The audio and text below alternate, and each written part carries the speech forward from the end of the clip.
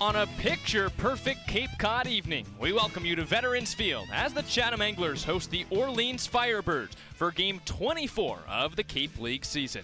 Alongside Andrew Selover, I'm Jack Smith, and we thank you for joining us on the Cape Cod Baseball Network.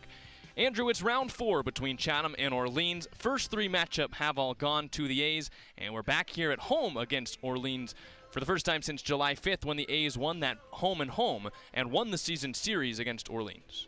Chatham has dominated Orleans, and mostly from a pitching perspective, the Firebirds offense has just struggled to get things going. A couple of games where they've only scored 1 run, and it's pretty difficult to win a baseball game when you don't score more than 1.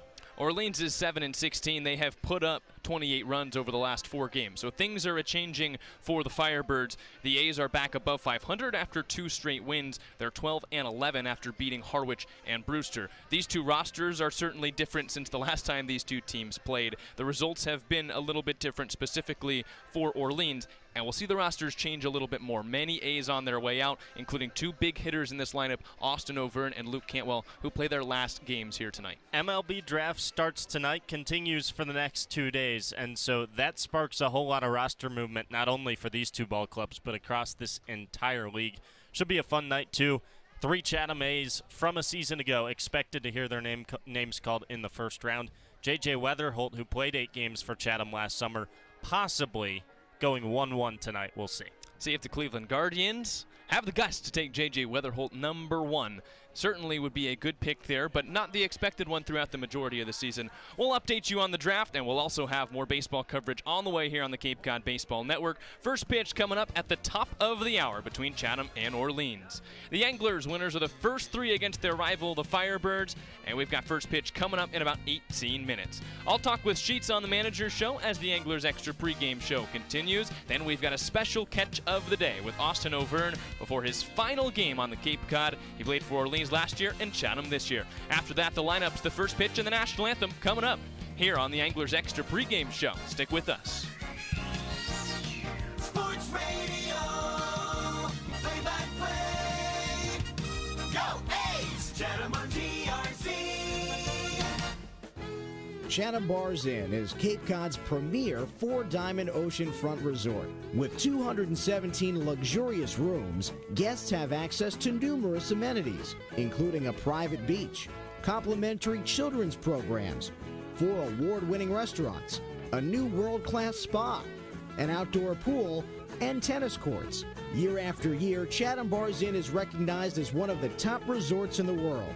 Chatham Bars Inn and Cape Cod Baseball. Summer fun for the whole family.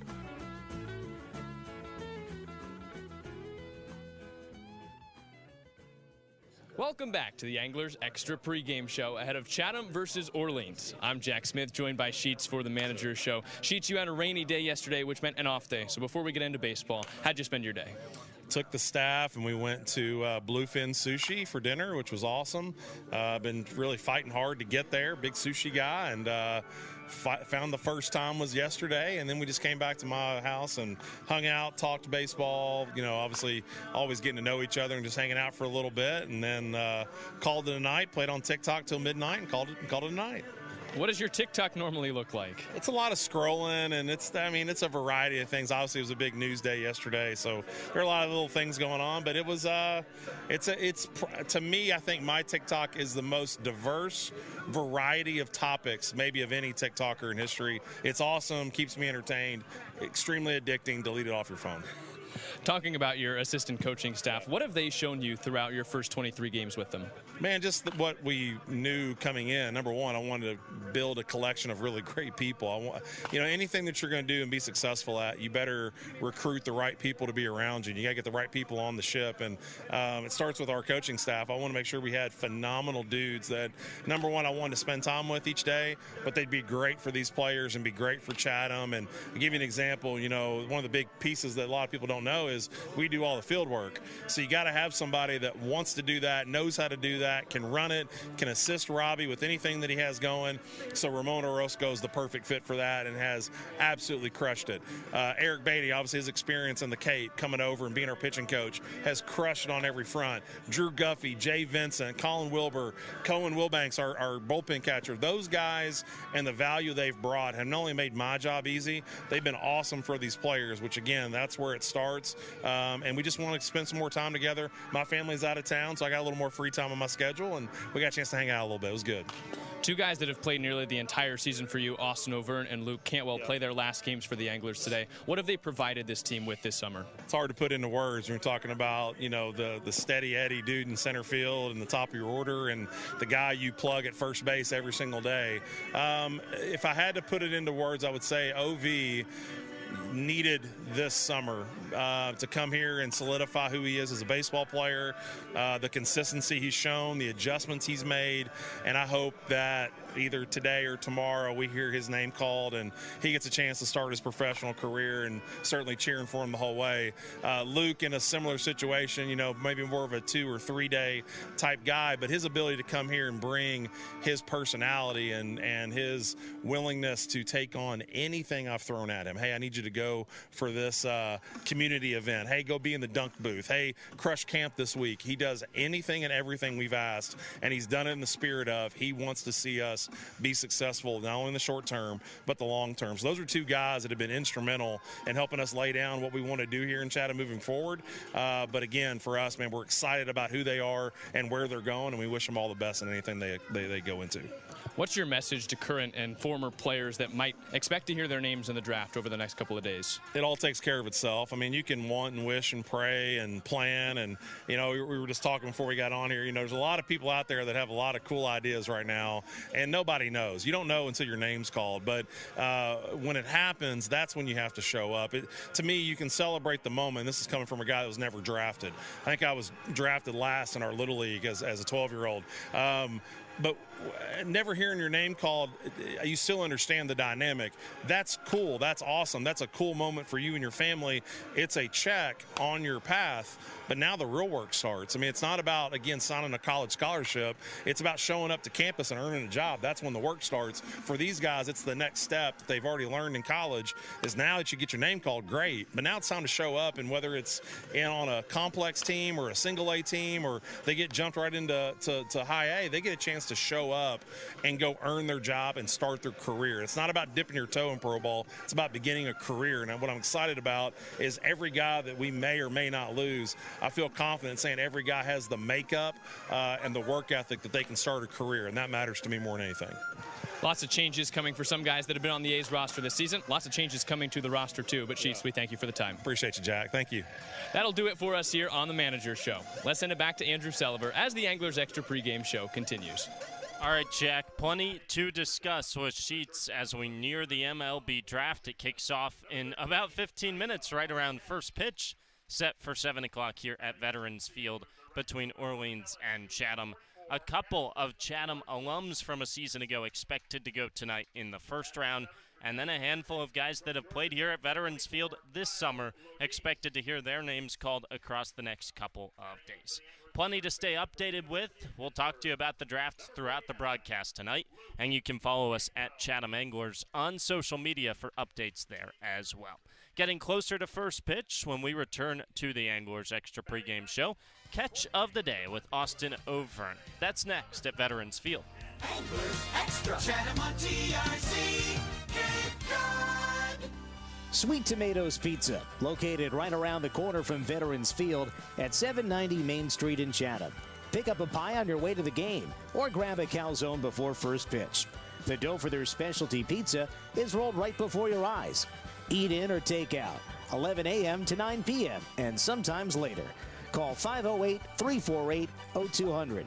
See their full menu online at sweettomatoescapecod.com. Sweet Tomatoes, a Chatham pregame tradition. Welcome back to the Anglers Extra pregame show. I'm Andrew Selover, and for Catch of the Day, we have Austin O'Verne with us. Austin, you play your final game in an Anglers jersey tonight. Can you sum up what your experience this summer has been like? It's been a blessing, honestly. I feel like everyone could vouch for me with saying this is that Chatham here is something special. Sheets has done a fantastic job at finding us to, come together as a team and play with chemistry rather than just playing for yourself. And before we met in the dugout today, all of the guys that are leaving gave a speech, and you could tell it means a lot when Luke Cantwell and guys are getting emotional, and that just kind of shows how this place truly is. Why do you think there's that emotion and these strong relationships here in Chatham this summer? I feel like the guys, we all have a good connection, and Sheets and the coaching staff did a great job of ingraining it in us come day one. And we're trying to tell these new guys coming in that to expect what you think is going to happen, because things here are really good and they're just getting better. I know you were up in the air on whether you were coming back for a second summer after playing with Orleans last year. What went into that decision to play a second summer on the Cape? Honestly, it was more just some leverage for the draft, hopefully coming out here and doing well. And luckily for me, that's what happened, and wouldn't change it for anything else. Coming out here and meeting all these guys have been great. Some buddies of mine that I think I'll have for the rest of my life, even though I've only been here for a month. So it just kind of goes to show how good of a group of people we have here and how I want to see them future in my life. For you personally, in terms of your game, your batting average has jumped almost 100 points from last summer playing on Cape Cod. Why do you think that is? I think it's more I kind of expect what's happening. Last year I didn't really know what the Cape was about, and soon to realize that everyone throws 95 and harder. So that adjustment this summer obviously was a lot easier because I knew what to expect, and just kind of been sticking with that approach, just on time with the fastball, and it's been working out. You mentioned the draft, your name popping up inside the top 100 prospects. What have the last couple of weeks been like for you? It's been great. I'm just proud of myself that I was able to come out here and prove a point that just was kind of a fluke season and that I still have it in me. And ended up playing out perfectly because obviously came out here, showed out more than I expected, and just happy, extremely happy about the outcome. You obviously have an exciting couple of days coming up. What do you expect it to look like? I have no idea, honestly. Hopefully just spend it with my friends and family out here and kind of celebrate it with them. To be able to expect to hear your name called in the MLB draft, what does that mean? It's a dream come true. I mean, as a kid growing up, I always wanted to be a MLB player, and now that I'm finally going to get my shot is something I dream of. You obviously have a decision once that name is called. Who do you talk to in order to make that decision? To the Boris Corporation and my family are the main people influencing this pick and decision. And a huge shout out to them. They've been through this whole process and have made it a million times easier. And come the day, we'll know whether or not I'm going or staying at SC. That day when it comes, what will you think about when you hear your name called? Honestly, thinking just back to Little League when just dreaming of wearing an Angels jersey, because I was at Angels a lot in Little League. And it's just going to be a surreal day for me, and I'm very excited. Well, Austin, we're looking forward to it for you. We're excited for you, and best of luck for the next couple of days. Enjoy your last game tonight. Thank you. Appreciate it. We'll send it back to Jack to finish up the Anglers Extra pregame show. Well, Austin, always a very pleasurable person to be around, whether it's my time at USC so far or here in Chatham, and he has had an excellent summer. It'll be a tough loss for the A's, but what an exciting moment for him tomorrow and the rest of the players that are going to get their name called in the 20 rounds of the MLB draft, whether or not they ever came to Chatham. We've got first pitch between the Anglers and the Firebirds coming up. Of course, it'll happen when the draft is starting, but we'll keep you updated throughout the night and throughout the rest of the week. Firebirds and A's meet for the fourth time. First pitch is coming up, so our lineups here on the Anglers Extra pregame show. Anglers Extra. Chatham on TRC. Cape Cod. Year after year, Cape Cod League Baseball and Chatham Bars Inn have been synonymous with summer on Cape Cod. The Inn has offered clam bakes, beachside barbecues, and oceanfront dining since 1914. The new Beach House restaurant at Chatham Bars Inn is open daily for breakfast, lunch, and dinner. Visit Chatham Bars Inn at www.chathambarsin.com. Chatham Bars Inn and Cape Cod Baseball. Summer fun for the whole family.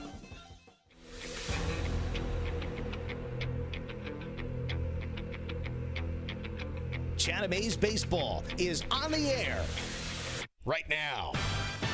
Swings and hits one to left center field. Back goes McFadden. He will not get there. It's a home run. A grand slam for Todd Frazier. Chugging into second base with an RBI double is Evan Longoria. He is 4 for 4. Hit on the ground, left side. Will it get through? Off Crawford and into center field. Federovich scores, and Chatham wins it in 11. The game-winning hit from Seeger. It's a 5-4 Chatham winner. And now, with your play-by-play, Andrew Selover and Jack Smith. All right, back at Veterans Field ahead of Chatham and Orleans for the 4th time this summer. A's have won the first 3 matchups in this rivalry. They've already taken the season series, but we ready up for matchup 4.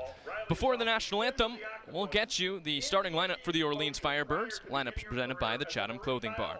Hudson Shoup bats first. He's the left-handed hitting third baseman from Gonzaga, followed by Ben Ziegler-Namoa, the right fielder from Hawaii, and Jack Gurvich, the San Diego first baseman. All 3 lefties to start the lineup for Orleans. Middle third of the order is the right-handed Evan Griffiths, who DHs today from Stetson. His Stetson teammate Landon Moran hits left and plays center field, batting 5th. Robbie Ayers plays in his first game for Orleans. The LMU catcher bats right and hits 6th. Bottom third of the order is Austin Smith, the left-handed hitting left fielder, also from San Diego, another Stetson man, and the right-handed Lorenzo Miola, who plays short, and Mike Mancini, second baseman, a lefty from JMU. Again, it's Shoup, Ziegler-Namoa, Gurevich, Griffiths, Moran, Ayers, Smith, Miola, and Mancini. That is 6 lefties and 3 righties. Before we get you the A's starting lineup, we'll pause for the national anthem here at Veterans Field ahead of first pitch between Orleans and Chatham. And for that, we send it over to the PA announcer, Mr. Peter Burns. Please rise for tonight's national anthem. Here to sing for you tonight, we have Emily Goodnow.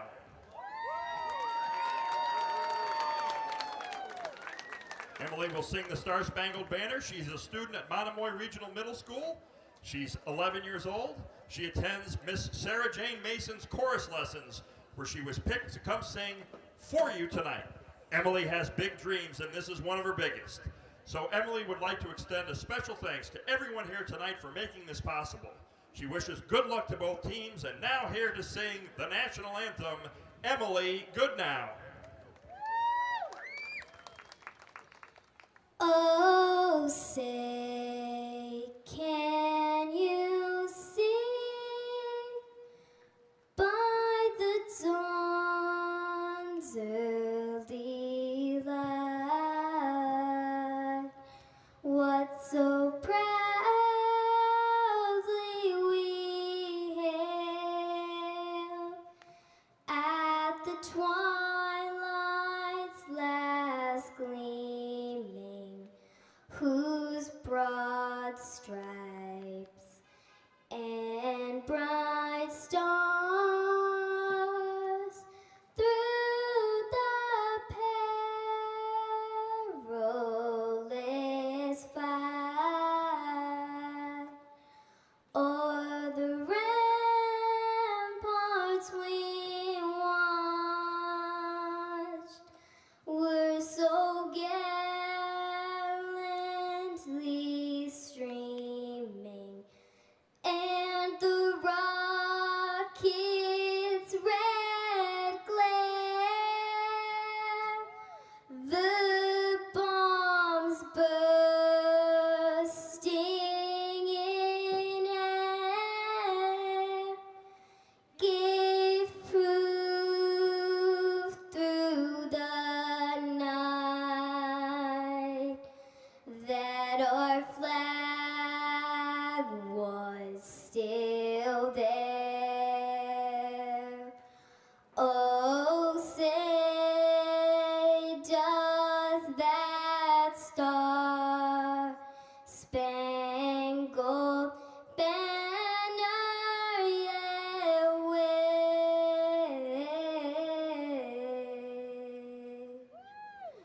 o'er the land of the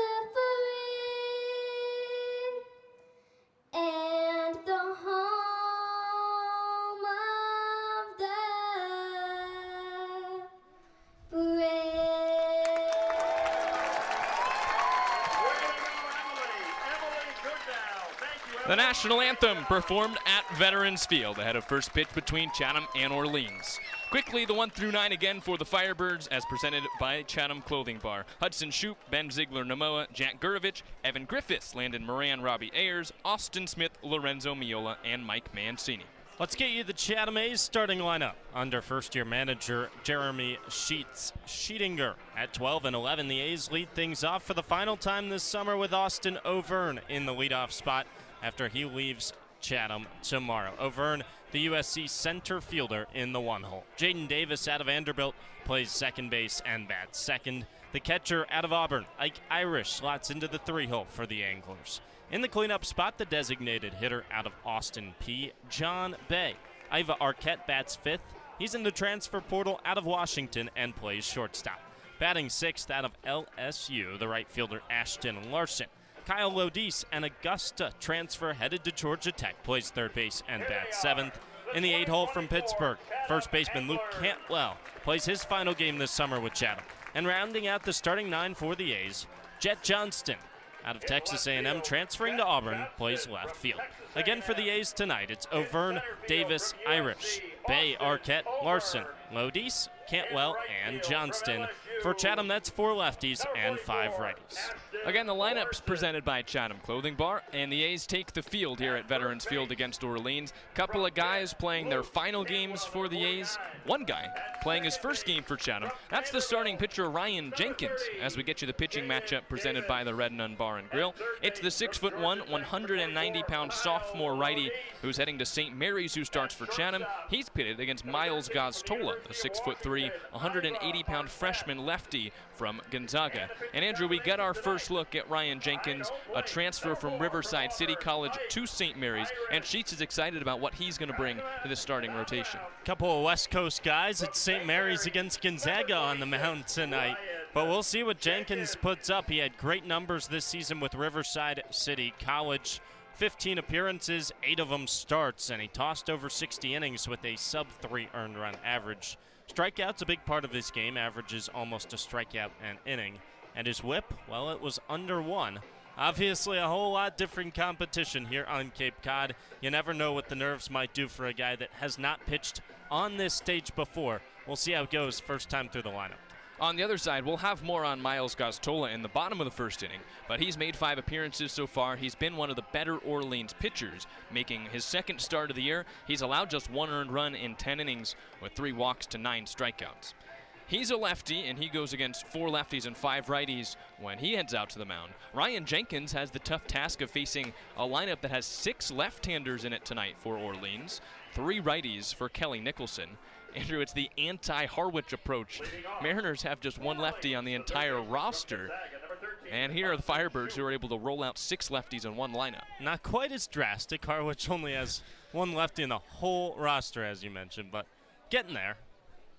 The right-handed Ryan Jenkins toes the rubber here at Veterans Field for the first time as he stares in at Hudson Shoup, the leadoff man for Orleans. Shoup followed by Ben Ziegler-Namoa and Jack Gurovich, all lefties here in the first. Jenkins comes set at the belt. He kicks and he throws. And his first pitch is a fastball for a strike on the outside corner. It's 0-1. First pitch comes at 7:04, 4 minutes late. 76 degrees, mostly sunny with some clouds in the distance. Time and temp presented by the Chatham Athletic Association. 0-1. Strike 2 called. Fastball on the outside corner. It's quickly no balls and 2 strikes. Jenkins bends both knees as he stares in for his sign. Covers his face with his glove, now sets below the belt. Here's his 0-2. It's up high with a fastball. 1 ball and 2 strikes. Not a ton of velocity from the right-hander heading to St. Mary's. Highest fastball we've seen so far at 87. Unless he's keeping something in the tank here in the first. 1-2 pitch. Shoup lines it over the head of the third baseman Lodise into left field, a base hit. He's shot the splitter over the other way. He's got the first Orleans hit as he's around first with a leadoff single. Went to the defensive alignment here in the first inning, presented by our friends over at Short and Sweet Ice Cream. And the outfield from left to right, it's Jet Johnston, Austin O'Verne for the final time, and Ashton Larson. Luke Cantwell is at first base for his final A's game, joined on the right side of the infield by Jaden Davis, left side Arquette and Lodise, with Ike Irish doing the catching. Here's another lefty, Ben Ziegler-Namoa, and the pitch. is a fastball low, 1 ball and no strikes. First 3 out of the hand from Jenkins, all fastballs, and then he went to his bread and butter, the splitter. But Hudson Shoup shot it over the head of Kyle Lodise at third for a base hit. 1-0 pitch. There's a strike with a fastball on the outside corner, 1-1. On top of those 2 pitches, we've been told Ryan Jenkins, Sheet says he's got some sort of breaking ball. I think we'll figure out by the movement and the speed what it is here in his first start. 1-1. It's a big looping curveball, and it's in there for strike 2. Floats in there at 74 miles an hour to move ahead in the count. 1 ball and 2 strikes. You teed it up perfectly. You could tell by that one, it's absolutely a curveball. Runner at first, nobody out. Jenkins picks to first, and they got it. No! Cantwell applied the tag. It looked like a second early, and Hudson Shoup somehow back into the bag. Everybody here at Veterans Field let out a collective O, and the middle of the infield for Chatham could not believe the call. That means Shoup gets to stay at first. He gets a lead, and another pick goes over his way. He's barely back standing, but he is in there. Ryan Damari was the one that makes the safe call. He's at first. Matthew Newman is over at third, and Joe LaBella calls the balls and strikes tonight. Umpires presented by Chatham Paint and Hardware. Now the 1-2. And Ziegler Namoa floats it over Lodise into left field. It's another 2-strike base hit. It skids out to Jet Johnston and left, and it's first and second with nobody out for Orleans. Now batting for Orleans, the first baseman from the University of San Diego, number 25, Jack Gurovich. Ziegler Namoa hit it just 64 miles an hour off of his bat, but Andrew, 2 pieces of weak contact, 2 singles for the Firebirds. Not exactly the dream start. Good pitching to get ahead in the count so far from Jenkins, just unable to have that put-away pitch. So with runners at first and second and nobody out, Chatham pinches the middle of the infield and keeps the corners back. Jack Gurovich, the left-handed hitting first baseman, will bat. Jenkins delivers. That curveball is off the plate outside. It's a ball and no strikes. So Shoup at second, Ziegler Namoa at first, both with opposite field singles from the left side.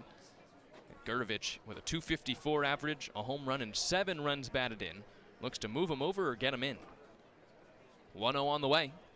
Gurovich takes high with a fastball, 2 balls and no strikes. So Jenkins stares out at Arquette as shortstop. He gets the signs.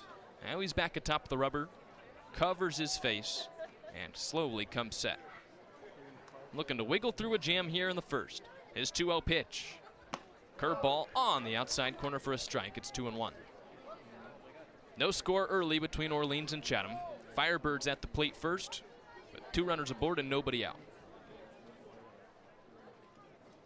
Jenkins peeks at Shoup at second, and now he brings it home.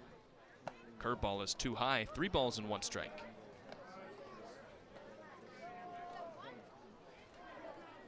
Kyle Lodise at third is off the bag and even with third base.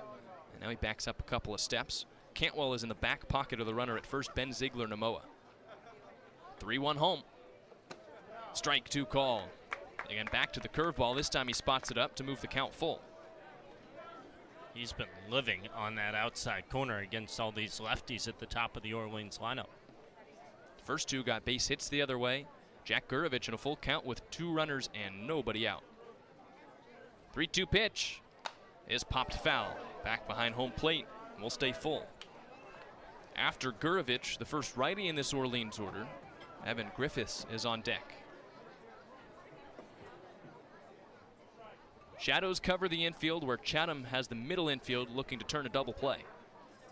Another 3-2. Curveball upstairs, ball 4. And so the bases are loaded for Orleans with nobody out. Couple of nice at-bats here for the Firebirds to start, and Ryan Jenkins in a world of trouble in his first Cape League start. The designated hitter, number 23, out of Stetson, Evan Griffiths. So now he's really got to focus up. With bases loaded and nobody out, Evan Griffiths comes to the plate. Griffiths has sure had his struggles this year, a 121 hitter, with a home run and 2 runs batted in. This is a spot that every hitter dreams about, though. Bases full of Firebirds and nobody out. The pitch, fastball sails high. It's a ball and no strikes. Griffiths, the first of 3 Stetson hitters in this lineup. a right-handed hitter DHing tonight for Kelly Nicholson in Orleans. Corners play in for Chatham. Middle stays back. 1-0. And Griffiths chops it towards third. Lodis has it. He slips. He can't throw home. Now he goes to first, and he gets the out. He punches the grass as he could have gotten a force out at the plate, but his foot slipped out from underneath him, and Orleans has a 1-0 lead. Fielder from Stetson, number 10, Landon Moran. Well, Andrew, that's exactly how Ryan Jenkins would have drawn it up. A splitter to get a ground ball, but Lodis on the turf just couldn't get his footing. That's a pretty brutal break for Chatham because Lodis made a good play to get there, have the out at home. Swing and a miss on the first pitch from Landon Moran. Left-handed hitting center fielder behind in the count, 0-1. You do give Lodis some credit, though, because that easily could have turned into no outs on the play, and he still managed to get one. 0-1 pitch. Moran dribbles it foul, back towards his own dugout, so it's 0-2. Both other runners advanced on the play as well, so it's second and third with 1 out in the inning. 1 run already home for the Firebirds. It's 1-0 Orleans. Chatham now brings the infield most of the way in, just off the out of the grass. 0-2 pitch. Moran bounces it foul again, still 0-2. Corners are fully in for Chatham. Middle infield is about 2 to 3 feet away from the grass. They're almost in the baseline, but just slightly behind it. Lodis off the bag at third. Runners at second and third. The 0-2 is lofted in the air, shallow right field. Larson looks for it in the lights. He finds it as he comes in. He makes the catch. Tagging from third, Ziegler Namoa puts on the brakes. He'll stop there. That's a non-productive out that keeps the runners at bay, and Jenkins is an out away from getting out of the inning. So fly out to right for Landon Moran, and a good throw from Ashton Larson keeps both runners from advancing. Even with that Lodis play at third, if you can get out of this inning, only 1 run allowed. That would be considered a success for Ryan Jenkins. One final test. Robbie Ayers, the catcher from LMU. Right on right. Here's the first pitch. Ayers takes low with a, looked like the splitter out of the hand of Ryan Jenkins. It's a ball and no strikes. Ziegler Namoa still at third, Gurovich at second. A run in and 2 outs for Orleans here in the first inning. 1-0 pitch. Off the plate outside to Ayers, 2-0. This is Ayers' first at-bat with Orleans. The LMU catcher has not played in a game this season for the Firebirds. First base is open for Ryan Jenkins, but the left-handed Austin Smith is on deck. 2-0 pitch. Big curveball, bends the knees, and it's called a strike. 2-1 on the inside corner. Infield back to its regular positions for the A's. Most of them on the outfield grass, and Cantwell's off the line. 2-1. Swing and a miss at the fastball. It's 2-2. It's a big spot, Jack, because a base hit versus an out here can completely alter the whole direction of this game. 3-0 versus 1-0 to start is a big difference. Jenkins looking for one more out in the first. 2-2 pitch. Off the outside corner with a breaking ball. It's 3-2. First Cape League start for Ryan Jenkins. It was bases loaded and nobody out. 1 run has come in to score. Could have been none. But the right-hander heading to St. Mary's looking to work around the jam, limit the damage in the first. Second and third, 2 outs and a full count. Here's the payoff pitch. It's bounced on the ground. Lodis over at third. He backs up. He gobbles it up. He throws long to first, and he gets him there for the out. The side is retired.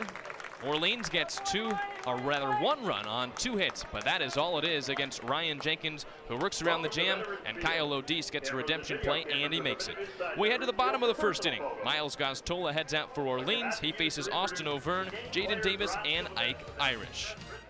So the Firebirds strike first here at Veterans Field, trying to get their first win against the rival Chatham A's this season. Previously lost the first 3 matchups in the season series. O'Verne will have his final leadoff at-bat for the A's when we come back, followed by the right-hander Davis and the lefty Irish. Stick with us the rest of the night here on the Cape Cod Baseball Network. We head to the bottom of the first with Orleans up 1-0. We hope you meet us in the bottom of the first. Sports Radio, play-by-play. Go A's! Chatham on TRC.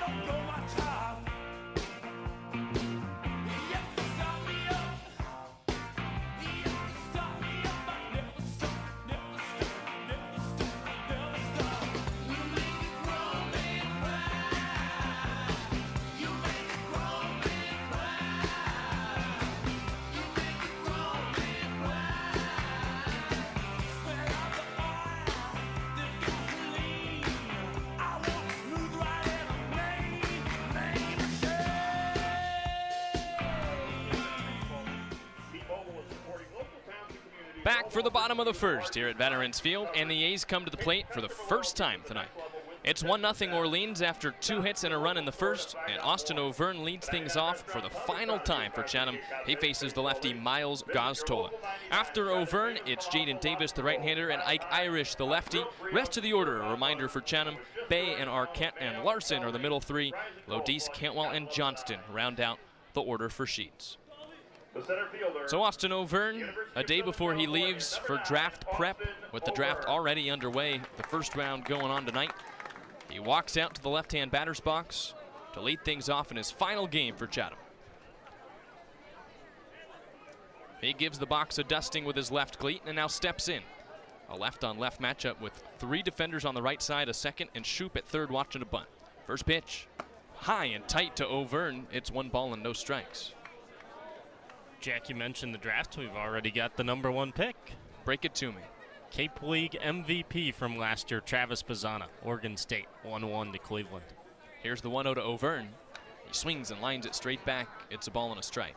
Well, you couldn't really go wrong if you're the Guardians, picking between a couple of middle infielders and Weatherholt and Bazzana, potentially Charlie Condon.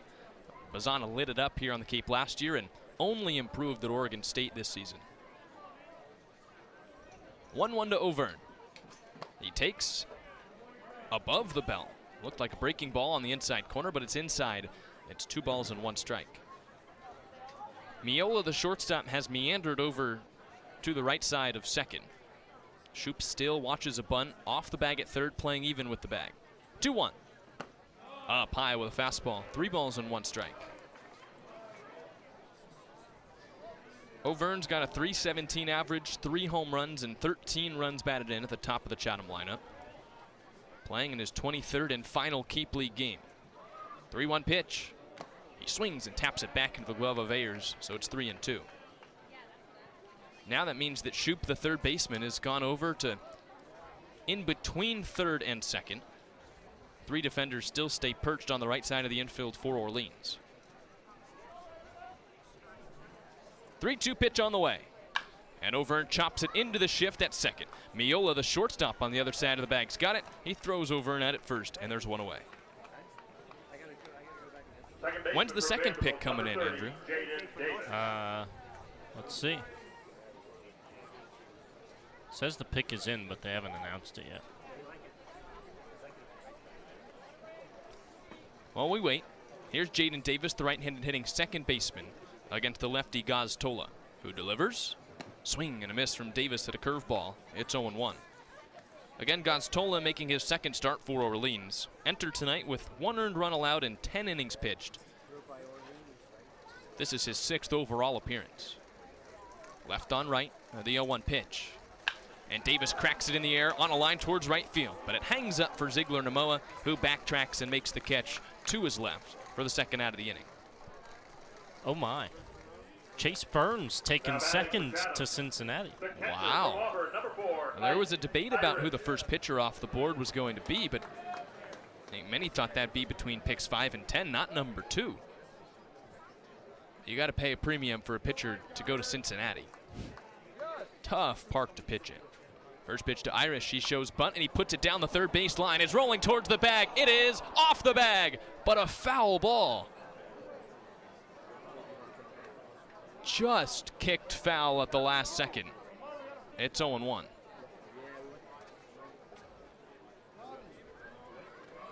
Sure looked like that kicked off of the bag to me, but third base umpire Matthew Newman threw his hands up and said foul ball. I think it hit an uneven part of the dirt just before they shot it left. If not, that might be a double. Again, the shift on for the lefty. The 0-1 pitch. Irish thought about trying it again, but he pulls back the bunt 1-1. Curveball misses outside. So 3 defenders again on the right side of second. And Miola's even further from shortstop onto the right side. He's almost in shallow center to Irish. 1-1 pitch. Irish showing bunt again. And he takes outside. 2-1. It's pretty shocking to see Shoop not adjust over there. Because Irish seems to believe that he's going to lay down a bunt again, and I don't blame him. Shoop at third is the only guy on the left side, and he's way deep. 2-1, Irish squares. He puts it down the third base line. Now Shoop charges. He fields with the glove. He throws low to first. It's out of the glove of Gurovich. And Irish gets first base. Listen to that dugout. It goes down as a hit. Another infield single for Ike Irish, and this time it's exactly what he was trying to do. That'll make a lot of old-fashioned baseball fans happy. And to be honest, Orleans kind of got what it deserved there. They were playing with fire, leaving that much room for Ike Irish. He's a pretty good bunter. He almost hit the bag his first try, and that time he laid down a good one. So now John Bay comes to the plate. Still a 1-0 Orleans lead here in the bottom of the first. And Bay takes a fastball for a strike on the outside corner. It's 0-1.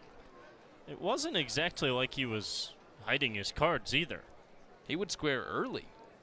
And now another shift. 3 defenders on the left side of second for the right-handed John Bay. The pick goes to first. Irish dances back to the bag. We thought YD shifted a lot when the Red Sox were here a couple of days ago. Jaden Davis is the only batter that's come to the plate here in the first inning that hasn't gotten a drastic shift. 0-1 pitch. Swing and a miss from Bay. It's 0-2. The entire right side of the infield is completely void of any Firebirds, except for Gurovich, who is standing on top of first base holding on Irish. 90-foot gap over there for John Bay.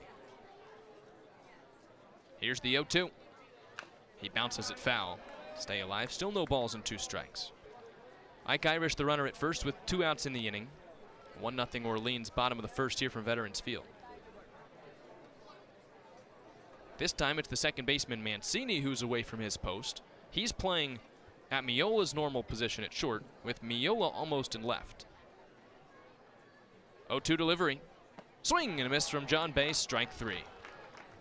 He goes down hacking at a curveball in the dirt, and Chatham goes for no runs on 1 hit, no errors in the field, and 1 runner left on base. Irish has a smile as he gets back to the Chatham dugout. We head to the top of the second. He's got to get his catcher's gear on for Ryan Jenkins, who goes back out for the second with a 1-0 Orleans lead here on the Cape Cod Baseball Network. Chatham on TRC, Cape Cod.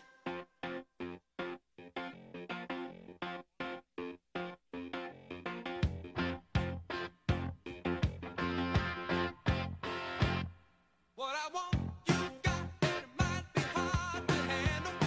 But like a flame that burns a candle, the candle feeds the flame. Yeah, what I got, full stock of thoughts and dreams to scatter. And you pull them all together, and how I can explain. Oh yeah, well, you make my dreams come true.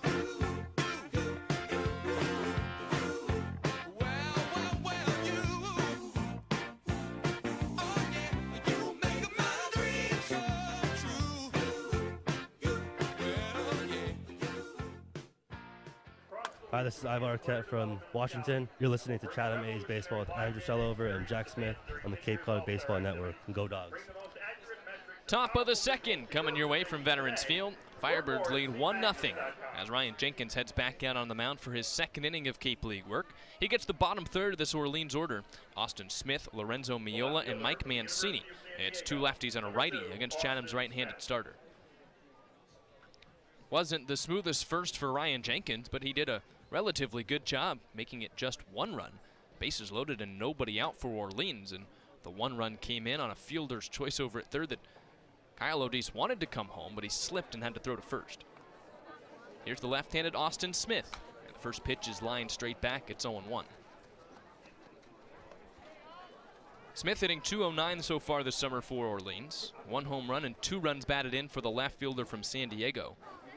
He bats with the bases empty and nobody out. Jenkins delivers. Splitter misses high. It's a ball and a strike. We haven't seen the most pristine command yet from Ryan Jenkins, but he didn't give up a piece of hard contact at all in the first, despite giving up 2 hits and a run. 1-1 delivery. Curveball's up high. 2 balls and a strike.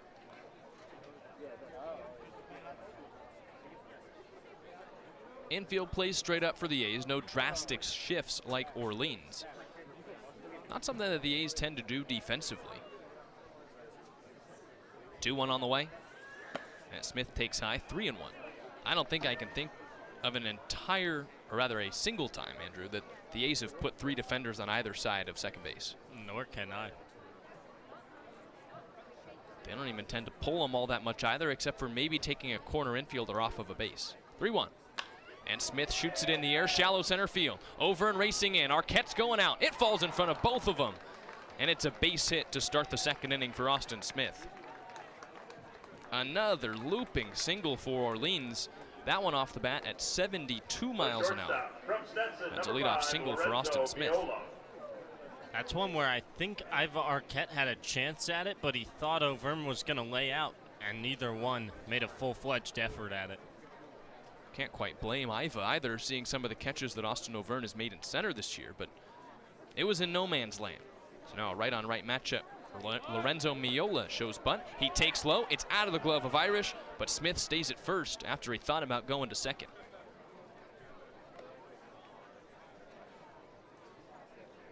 Clouds now cover most of Veterans Field. We're relying more on the lights than we were at first pitch. And a big drone sits right above second base, about 80 to 90 feet in the air, as Miola shows bunt and takes again 2-0. It's just hanging out there, chilling above Iva Arquette over at short. The Clouds push right through it. It is content to stay where it is. Runner at first, nobody out. 2-0 pitch. Miola squares, he bunts at it and he misses. Throw back to first. And no tag applied by Luke Cantwell. Austin Smith is back to the bag. Well, we better hope no one hits a high pop-up into shallow center. Things getting taken out. Jenkins sets at the belt. Here's his 2-1 pitch. Miola squares, he bunts it foul. It is out of play. Right back behind home plate. 2 balls and 2 strikes. Probably gets you some pretty good footage. Yeah. I don't think I've ever seen one just over the field of play, though. It is still there, not moving. Pick goes to first. Austin Smith dives back in safely. Smith has not attempted a stolen base yet this year. He's the runner at first for Orleans with nobody out. 1-0 Firebirds already on top here at Veterans Field. Jenkins throws. And a curveball is chopped over to Lodis at third. Could be 2. He goes to second for 1. Return throw to first is high, and it takes Cantwell off the bag. So Smith retired at second. Miola reaches on the fielder's choice, and there's one away. The second baseman for Vanderbilt, number 4, Mike Mancini. I'm having trouble focusing on what's going on. This drone is just lounging right above Iva Arquette. I wonder if he knows it's there. And now here's the lefty Mike Mancini, 9-hole hitter, the second baseman from JMU. First pitch, curveball off the plate outside. 1 ball and no strikes. It's got 4 propellers. It's made of black, what looks like metal, with 2 feet. Look like skis. 1-0. It's in the dirt, blocked up by Irish. 2 balls and no strikes with the splitter. You can tell that that's metal from here? I don't know. It looks like it's probably about 5 feet in width, both ways, symmetrical. Maybe 3 to 4 feet tall. 2-0. Curveball is high. 3 balls and no strikes. And it's got a camera on the undercarriage that's pointed towards the mound. Oh, it's flying to right field. Getting out of the way. 3-0 pitch. Inside, ball 4. And Mancini walks. He moves Miola to second. And the top of the order comes up with 2 runners aboard and 1 out. The third baseman, I've lost it. 13, Hudson Shoup. And all of a sudden, before the 3-0 pitch, tilted a little bit and started zooming out to right field. It is clearly out of the field of play now. And we await its return. It's back by the fire station. Got to switch up the angles. Here's Hudson Shoup, who singled and scored in the first, with runners at first and second and 1 out for Orleans. First pitch is a curveball that's in there, strike 1. That was already the 42nd pitch from Ryan Jenkins, who's gotten just 4 outs tonight. Firebirds lead 1-0 on a run in the first and have 2 runners aboard with 1 out for the leadoff man, Shoup. Jenkins sets at the belt. He looks to second. He kicks and he deals. Splitter is outside. It's 1 ball and 1 strike. Miola reached on the fielder's choice. He's at second. Mancini's walk was the second of the day for Orleans, and he's at first. 1-1 delivery. Swinging a line drive into left field. Hangs up for Jet Johnston, who's over to his right, and left fielder makes the catch for the second out.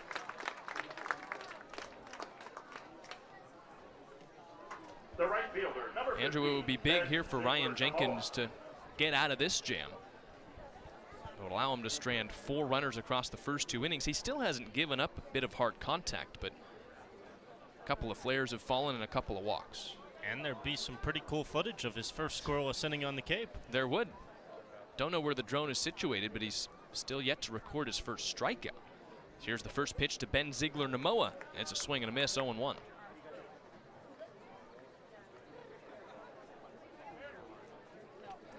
You ever flown a drone? Not one that big, that's for sure. I think a little tiny one. I probably crashed it on my first day. Right on left, the 0-1. Swing and a ground ball up the first base line, and it rolls out of play. Over to Luke Cantwell, who picks it up in deep foul territory, 0-2. Are you? I have one. Small drone. Backyard, that sort of thing. This one's got a little more oomph to it. Oh, yeah. Probably costs professional for sure. Significantly more money. 2 on, 2 outs for Orleans. It's 1-0 Firebirds in the top of the second, and an 0-2 count on Ben Ziegler-Namoa. Pitch from Jenkins. Fastball is well high, 1 ball and 2 strikes. Ziegler-Namoa also singled in the first inning. He had the second of back-to-back hits to start the game for Orleans. It was just a flip job that floated into left over the head of Kyle Lodis at third. Jenkins is 1-2. Is bounced on the ground towards second. Davis has got it. He throws to first, and he gets him there for the final out of the inning. We've got drones above and no runs on the board in the top of the second. 1 hit for the Firebirds, no errors in the field, 2 runners left on base. A's come back to the plate in the bottom half of the inning. Iva Arquette, Ashton Larson, Kyle Lodis come to the bat for Sheets. Jenkins works a scoreless second, and I'm sure he'll want to check out the footage. Well, we head to the bottom half of the inning, 1-0 Orleans. Stick with us on the Cape Cod Baseball Network. Chatham on TRZ. Here at the Mass State Lottery, we're known for our monster wins. But there's no bigger win than the $1 billion we provide each year to support all 351 cities and towns in Massachusetts. In our game, we know that supporting local businesses and helping communities is how we all win. Because at the lottery, we're all playing for the home team. The Mass State Lottery. Welcome to the state of winning.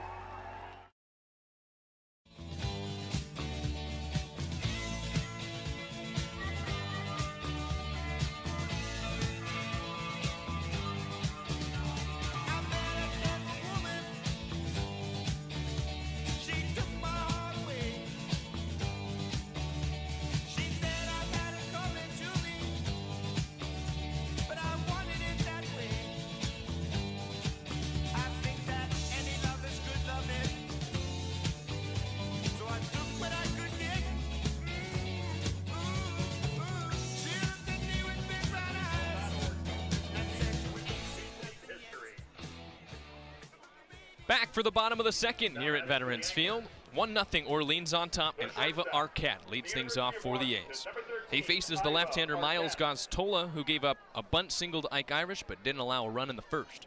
So a left-on-right matchup, another shift on for Orleans, and the first pitch. Arquette takes inside with a fastball 1-0. So with the righty Arquette, 3 defenders on the left side of second. Firebirds are going to keep doing it until it doesn't work. 1-0 delivery, and Arquette takes a strike. This fastball hits the outside corner, 1-1. Arquette, the shortstop from Washington, who has entered the transfer portal, has a 3.01 average, 3 home runs this year. 1-1. He swings and hits it into the shift over at short. Miola bobbles it. He throws to first. It's off the bag, and it gets away from Gurovich. Arquette stays at first. Well, the ball hit into the shift, bobbled by Miola. Gives Chatham its second base runner. Goes down as an error. Number 44, Scoreboard says E5. That's E6, although Miola was closer to third base than he was to the normal shortstop position. But an error starts the inning. Arquette is at first for Ashton Larson.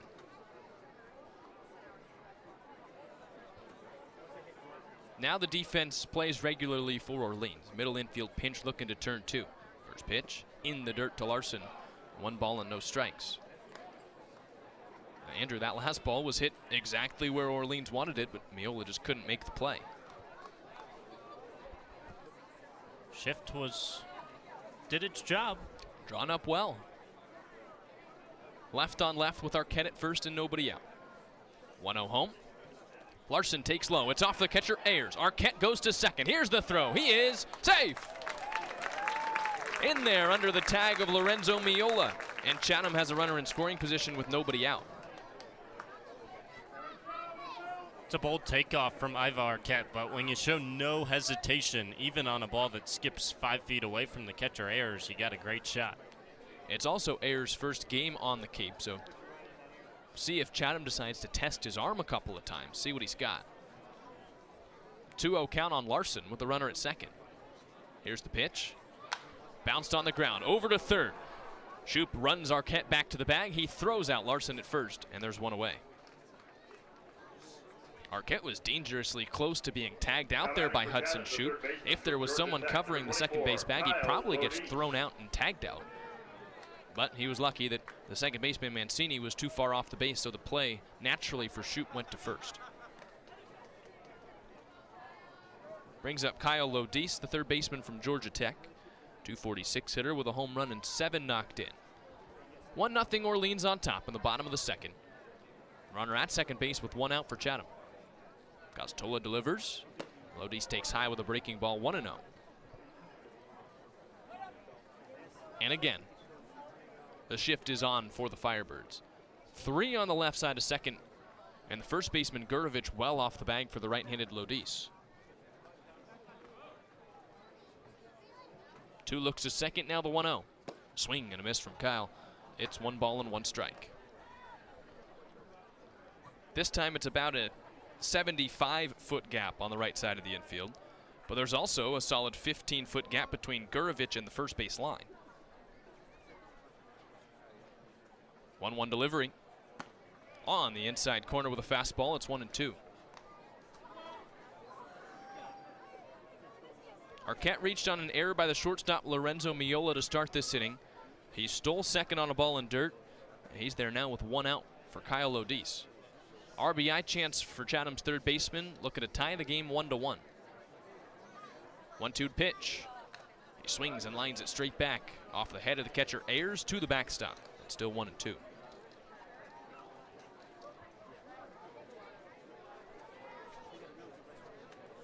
Healthy crowd on hand here at Veterans Field. Bleachers behind home plate are packed, and the lines are sprinkled and mostly filled. 1-2. Swing and a miss, strike 3. Lodis went after the high fastball. He comes up empty, and there's 2 outs in the second inning. Also, the berm is pretty lined with fans. One of the more full berms that we've seen this year. They have not gotten scared off by the drone that, for the majority of the middle of the inning, was just perched up in straightaway right. Now a left-on-left matchup. Costola against Luke Cantwell with another shift on. The pitch. Fastball inside. 1 ball and no strikes. Like Austin O'Verne, this is the last game for Luke Cantwell in a Chatham uniform. He's been, you could argue, the lifeblood of this team through the first 25-ish games of the year. Brings the energy in the dugout for sure. A 1-0 pitch. He takes a fastball at the top of the zone for a strike, 1-1. On the field, Cantwell's hitting .213 with a couple of home runs, 8 runs batted in. He provided the moment of the year with his first home run, and it was against this same Orleans team. 1-1 pitch. He swings and rolls it into the shift at first. Gurdovich, the first baseman's got it, puts the stop sign up to his pitcher Goztola, and he steps on the base to retire the side. Chatham gets a runner in scoring position with nobody out, but can't score. As Larson bounces out, Lodis strikes out, and a roll over to first for Luke Cantwell. Ryan Jenkins heads back out for the third, still 1-0 Orleans. We'll meet you in the top of the inning here on the Cape Cod Baseball Network from Veterans Field. Chatham A's on the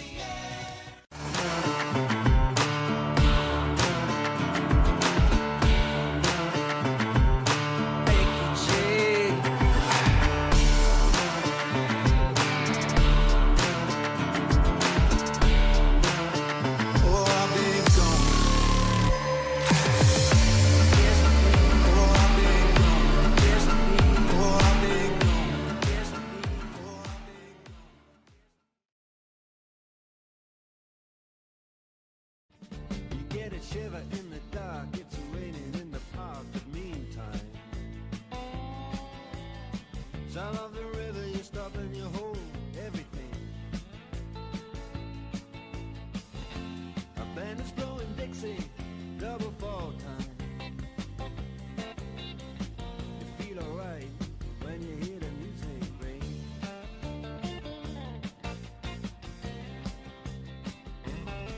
Well, now you step inside, but you don't see too many faces. Coming in out of the rain, they hear the jazz go down. First baseman from the University of Welcome back to the Cape Cod Baseball Network. Top of the third, and Orleans leads 1-0 here at Veterans Field. Firebirds send 3, 4, and 5 to the plate. Jack Gurdovich, Evan Griffiths, and Landon Moran. 2 lefties and a righty against Chatham starter Ryan Jenkins, a right-hander. He throws. And first pitch splitter is low. 1 ball and no strikes. Gurdovich walked his first time to the plate and was stranded at second in that 1-run first inning. 1-0. He swings here and pops one up on the infield. Iva Arquette, the shortstop, now goes out into shallow center as the ball ends up carrying all the way to Austin Overn, who puts it away for out number 1.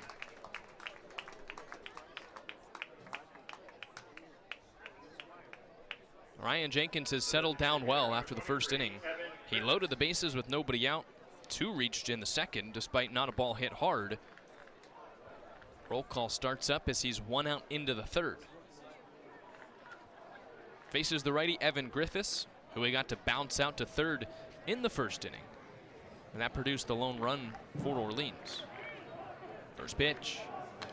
Line drive back to the screen, 0-1. Griffiths hit that bouncer to third that Kyle Lodis fielded to his left. With the bases loaded and nobody out, he had the thought of going home and would have had the play there, but he slipped. His left foot came out from underneath him, so he scrambled back to his feet and he got Griffiths at first by a step. 0-1 on the way. Swinging a line drive into the glove of Luke Cantwell at first. Looked destined for right field, but Cantwell leaps and he makes the play for the second out of the inning. Again, it wasn't hit all that hard, but it was just like some of those floaters that fell into left field in the first inning. This time, shot the other way by the right-handed Evan Griffiths, but Cantwell was there waiting for it, and he jumped up to make the catch just before the outcrop of the grass. So here's Landon Moran, the left-handed hitting center fielder. First pitch, curveball outside, 1 ball and no strikes. And Jenkins has a chance at a 1-2-3 inning with 2 outs and the bases empty. Orleans leads 1-0. Firebirds at the plate. 1-0 delivery. Ground ball up the first baseline, foul. Cantwell gobbles it up about 2 feet to the right of the chalk, so it's a ball and a strike.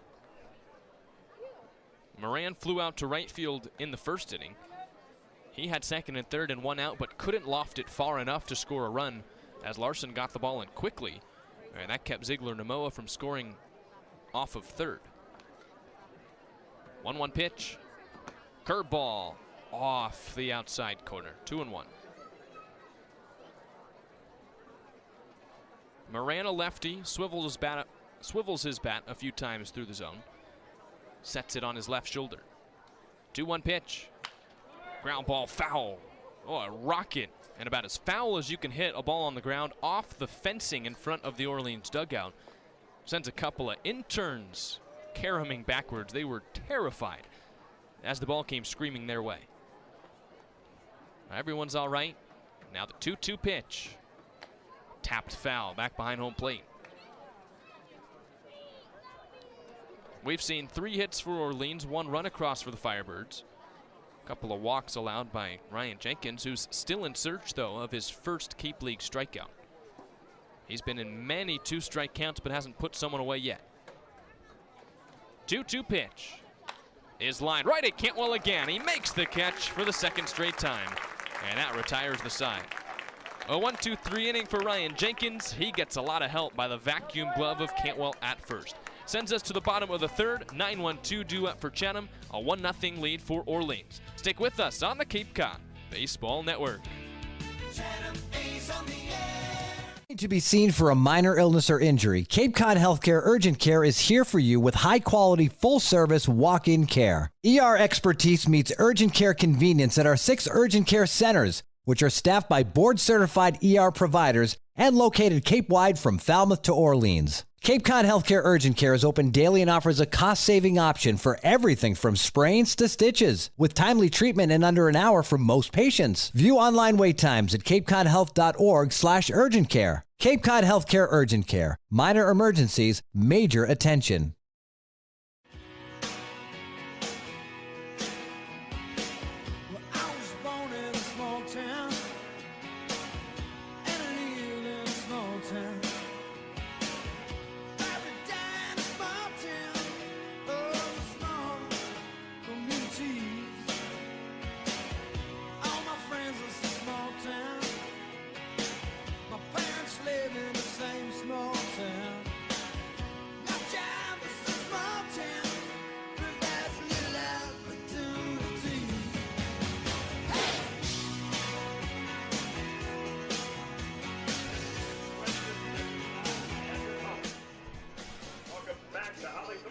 Nine 1-2 come to the plate in the bottom of the 3rd inning for the A's.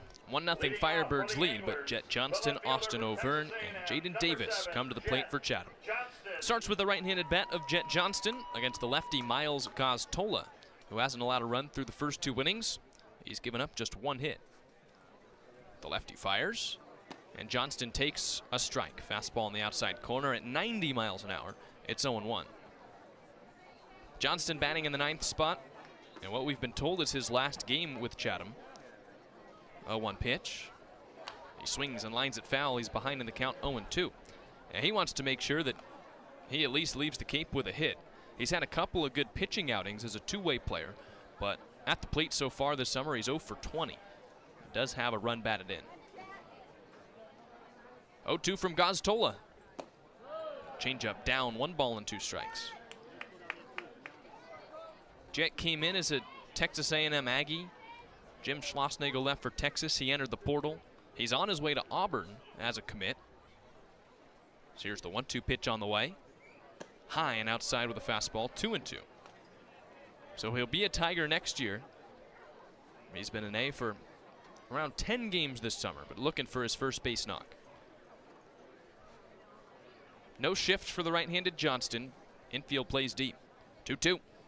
He checks his swing at a slider low. It's 3 balls and 2 strikes. The patience is one thing that we've seen from Jet Johnston. Doesn't have a hit yet, but he has drawn 4 walks across 20 at-bats. 3-2. He swings and pops it up out of play. The count stays full. 6'1", 210-pound freshman. He's a Texas native. Was playing for the Yankees, but now he'll join a new team and a couple of his Anglers teammates who he's become good friends with, Mike Irish, Hayden Murphy, and John Armstrong. 3-2 again.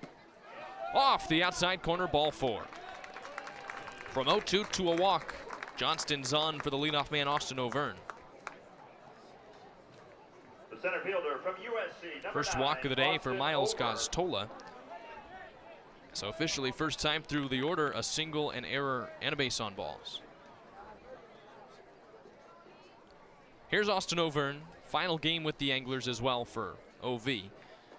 He grounded out to short his first time to the plate. Runner at first, nobody out. Another drastic shift on for Orleans. Left on left the pitch. Fastball outside, 1-0.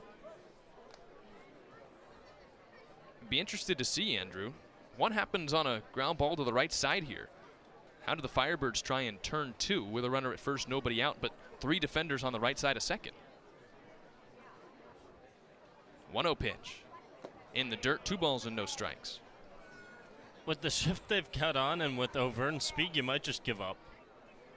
It would probably have to look like a pitch play in football, like a shovel pass on a backhand. Yeah, just take your out at second base. And probably a good bet with O'Verne's wheels. Long pause from Goztola. And a pick goes to first, chasing Johnston back to the bag. I mean, O'Verne has the most speed of anybody on the Cape. It's one of, if not the biggest reason that he'll be selected fairly high tomorrow as rounds 2 through 10 commence in the MLB draft. Another pick to first. Johnston barely jogs back to the bag, and he's in there with ease. And he's utilized his time with Chatham to drastically improve his chances of getting taken high off the board tomorrow. He waits for the 2-0. And here it comes. High and tight with a fastball, 3-0. He came to the Cape last summer playing for Orleans as a guy that many thought as a draft-eligible sophomore could go in the first round of the draft that's happening right now. He slumped with Orleans, didn't make Team USA, struggled a little bit to live up to his freshman season at USC as a sophomore. As here's the 3-0 pitch. It is on the outside corner with a fastball, 3-1. His average went from 314 as a freshman at USC to 270. He did double his home run total, but rest of the counting stats for the most part were down. Triples went down after he led the nation. 3-1 on the way. He swings and bounces it foul up the first base line. So that evens the count. 3 balls and 2 strikes. So he came into this summer, as he talked about on Catch of the Day, feeling like he needed to prove himself again. His draft stock had dropped significantly, and he has had a phenomenal summer, hitting above 300, tied for 3rd in the Cape League in hits, 2nd in extra base hits. He's got 7 stolen bags, and so he feels he's rightfully shot back up in those draft rankings, and he should hear his name called pretty early tomorrow. Now the 3-2. Inside, and it hit him. Off the elbow guard that guards his right arm, and O'Verne reaches to put runners at first and second and nobody out.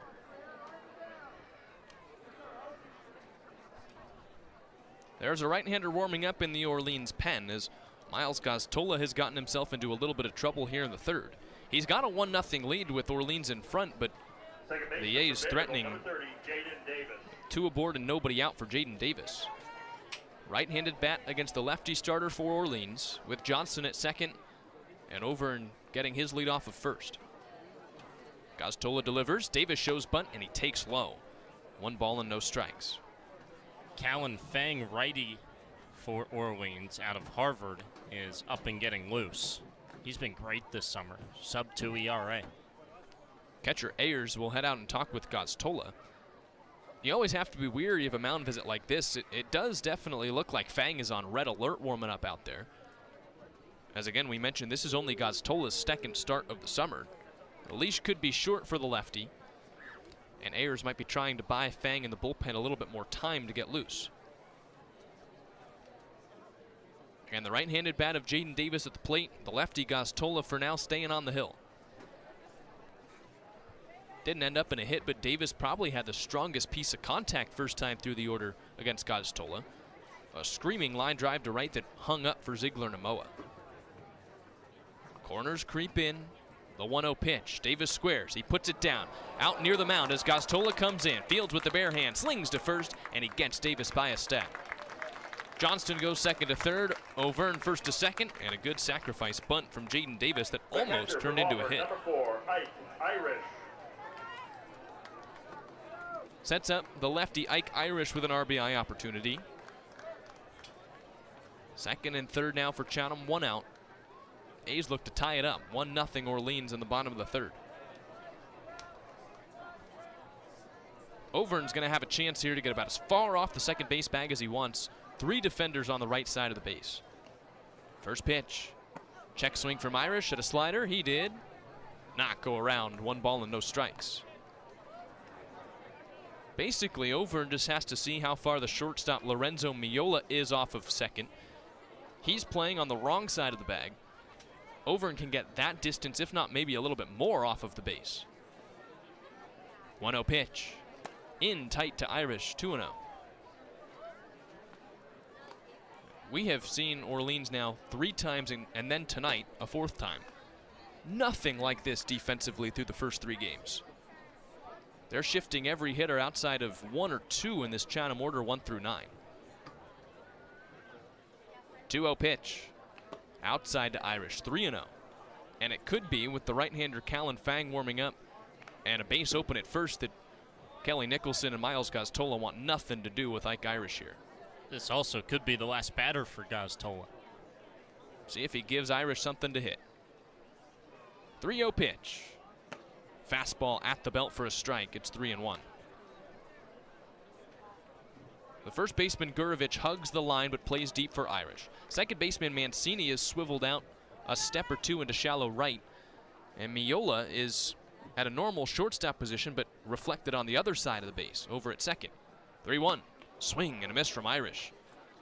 Well, he got that swing off by the time the ball was in the glove of Ayers. Way fooled. It's 3-2. Right down the middle. I think at the last minute he decided I should probably swing at this to not make myself look silly. Gaztola set below the belt. And now the 3-2 pitch. Outside, ball 4. Well, he showed Irish a couple of fastballs, but then the 3-2 not close. So the bases are loaded. John Bay is coming to the plate. And with 1 out, we'll see if Kelly Nicholson wants to make a move. For now, he seems content to sit on the bucket that's out in front of the first base dugout.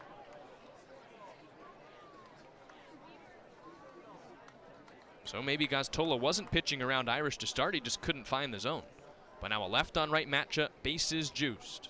The pitch, Bay takes low with a changeup, 1-0. And now we'll get a mound visit for Orleans. It's not Kelly Nicholson, he stays near the dugout. Pitching coach heads out to talk with Gaztola. Johnston started the inning with a walk. He's at third. Overn was hit by a pitch in a 3-ball count. He's at second. And Ike Irish drew the second walk of the inning, and he's the runner at first for Chatham. Pretty spirited discussion going on the mound with Miles Gaztola. He had walked just 3 in his first 5 appearances for Orleans. A couple of walks in this inning, and then the hit by pitch. While we have a quick second, we might as well let you know that a Chatham angler has been taken in the MLB draft. Number 7 overall, Chatham's J.J. Weatherholt from last summer goes to the St. Louis Cardinals. Big congratulations to Chatham class of 2023. Could be one of a couple that go in the first round tonight. Meeting adjourned, bases loaded, still 1 out. The 1-0 pitch off the outside corner, 2-0. Well, you wouldn't feel it by the energy in the stadium right now. It's a pretty quiet day at Veterans Field, but this is a big spot. Bases loaded, 1 out. Chatham down 1-0. At 2-0 to Bay. He takes a strike. Fastball in the inside corner, 2-1. A's don't have a hit in this inning. Couple of walks, hit by pitch. John Bay, who struck out his first time up, trying to do anything but that. Bases loaded and 1 away. 2-1 pitch. He swings, and it's a high fly ball to left field. Smith is ranging back. He gets to the wall. He leaps, and he took it away. He comes down as Jet Johnston tags from third. He scores, and a long sacrifice fly ties it up 1-1 in the third. Maybe a foot or 2 away from a grand slam, but Chatham will settle for a run, and we are tied. Now batting for Chatham, the shortstop from the University of Washington, number 13, Iva Arquette. Not sure if that was a full-fledged robbery from Smith, but ball might have been high enough to get over the wall as he had to leap near the wall to make the catch. And now another right-handed power bat. Iva Arquette comes up. First and second, 2 outs. And the pitch, runner's on the move, it's low. The throw goes to second, Irish slides in, he is safe! Second baseman Mancini is in disbelief. He thought he tagged him out, but both runners advanced for the A's in at second and third. And that draws an irate Kelly Nicholson out of the first base dugout. One hop throw probably beat him. Mancini just never got the glove off the bag, so he didn't get the tag extended. By the time Mancini caught the ball, he didn't move his glove at all. So he just needed Irish to slide into his glove. And according to the third base umpire, Matthew Newman, he did not. But he's getting an earful from Kelly Nicholson, who walks backwards and now finally turns around. He shakes his head on his way to the Orleans dugout. Now a chance with Chatham's first hit of the inning to take a 2-run lead, likely with Irish's speed at second. Infield shifts, 3 defenders to the right side of the base at second. Second and third for the A's and 2 outs. Left on right. 1-0 pitch. Arquette lofts it in the air, right side, hooking out of play. It's a foul ball. Overns at third, Irish at second. Both get stolen bases. Number 8 for Austin. Ike picks up number 5. He's a perfect 5 for 5.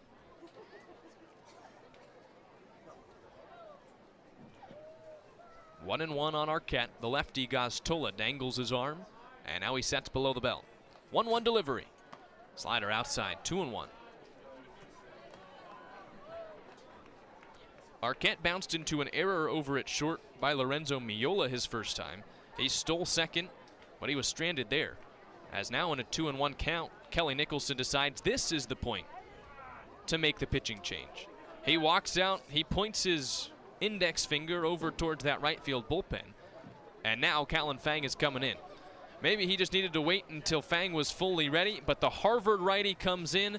Nicholson with an emphatic pat on the back for Miles Gaztola, and he's relying on Callan Fang to limit the damage here in the third for Chatham.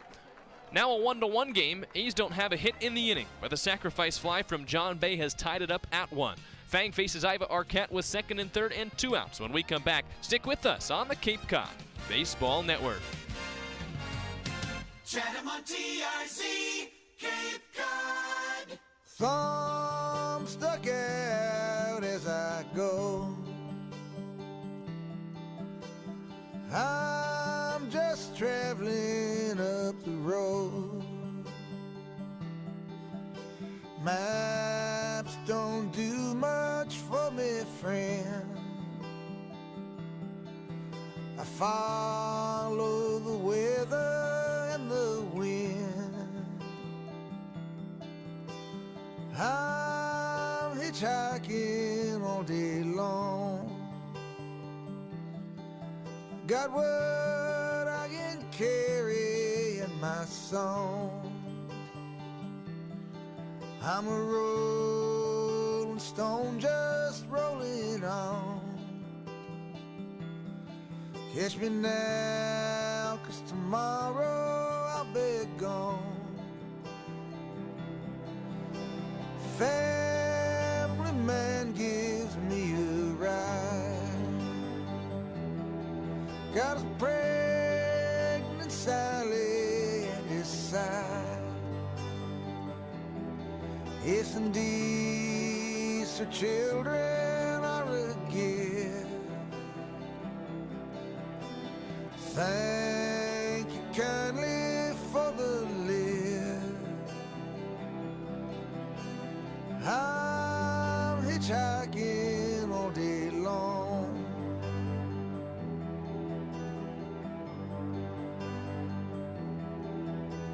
Trucker gears his engine down.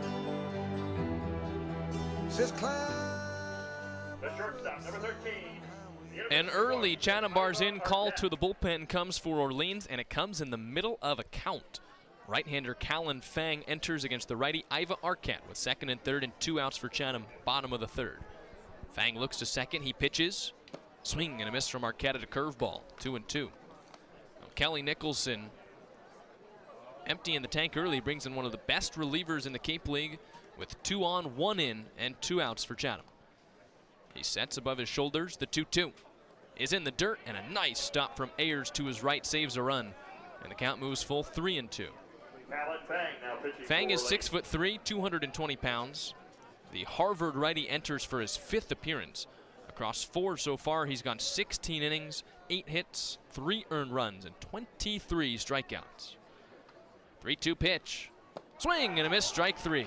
24 Ks as Callan Fang comes in, and he does the first part of his job for Kelly Nicholson.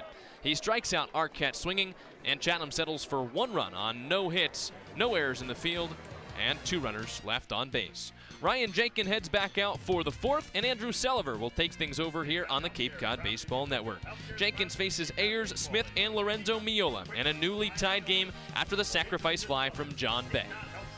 Ayers, Smith, Miola coming up against the right-hander heading to St. Mary's. When we come back, stick with us from Veterans Field. You're listening to Chatham A's Baseball, only on the Cape Cod Baseball Network. Sports Radio, play-by-play. Go A's! Chatham on GRC.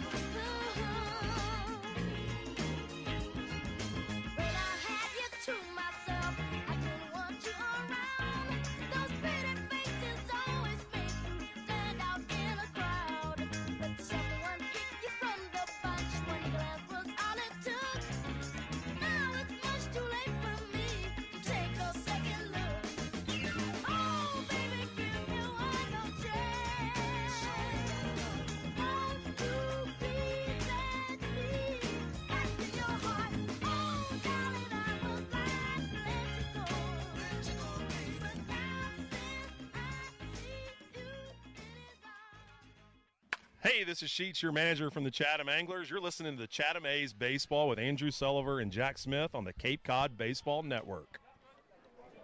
Headed to the top of the 4th here on the Cape Cod Baseball Network. I'm Andrew Selover, back with Jack Smith. Tied at 1 between Chatham and Orleans. 6-7-8 due up for the Firebirds. Robbie Ayers leads things off. Right on right against Ryan Jenkins. His pitch is a fastball on the inner half, strike 1. An eventful start to the outing. First ever appearance on Cape Cod for Ryan Jenkins. First 3 batters he faced reached. His 0-1. Rides outside.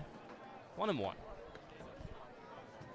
Couple of weak opposite field singles and a walk. Loaded the bases with nobody out in his first appearance. 1-1. Stays way high. Curveball that didn't break. 2-1. RBI ground out scored the only run of the day for Orleans, and then 2 set down in a row to end the inning. 2-1.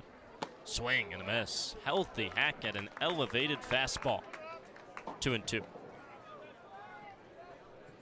Jenkins also had to face 2 runners on base in the 2nd inning, but left them there. And then a 1-2-3 third. 2-2 pitch. Downstairs.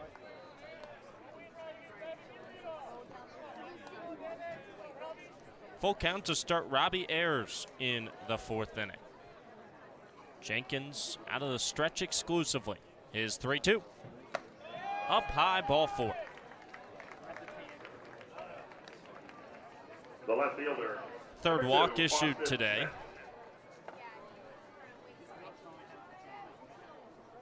One in the 1st, 1 in the 2nd, 1 in the 4th. Leadoff man aboard for the 3rd time in 4 innings. Lefty Austin Smith digs in. The pitch, swing and a miss. Tipped into the mitt at 83 miles per hour, strike 1.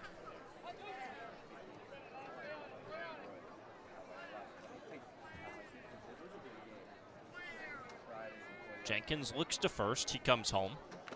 Tipped into the mitt. Went to the curveball. 0-2.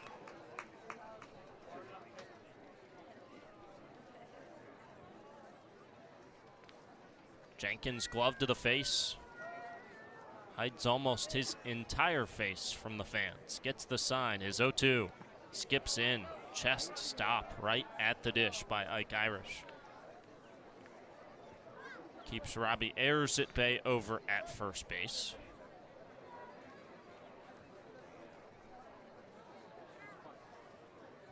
Still no strikeouts today. Jenkins nearly a strikeout an inning this season. Freshman year at Riverside City College. 1-2.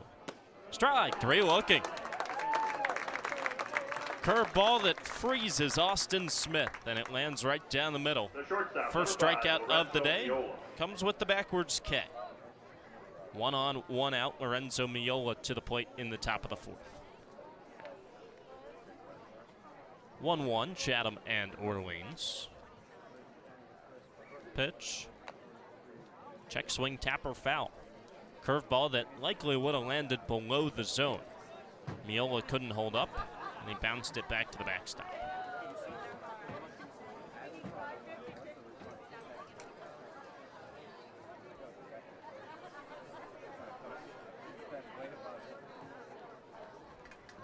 Oh, 1. Bouncer up the middle, could be 2. Davis at second, boots it into right field. Taylor made double play ball, and it just squirted off the wrist of Jaden Davis into shallow right. Ayers takes second. Miola reaches first on an error from Chatham's second baseman. That could have ended the inning, and instead runners at first and second. 1 out for Mike Mancini in the 9-hole. It means that Ryan Jenkins has to battle more adversity with guys on base, despite the fact he hasn't given up a hard hit ball really all night. Righty sits at 70 pitches. Faces the lefty Mancini. Pitch. Bounced foul. Wasn't hit slow, wasn't hit hard either. It was hit directly at Jaden Davis, who took maybe 2 steps to his right towards second, prepared to underhand flip to Arquette, who would have had a throw to first to try and double off Miola. Instead, both runners are safe. 1 out, 0-1. Fastball lined out to right, dropping quickly. Larson dives, he doesn't get it, and it rolls all the way to the fence. Wave around third for Ayers. Miola gets the wave 2. Wave around third for the batter Mancini. The throw to the plate in plenty of time, and he runs straight into an out, attempting an inside the park home run. Ashton Larson went all or nothing in right field, and he came up with nothing. Turns into 2 Orleans runs.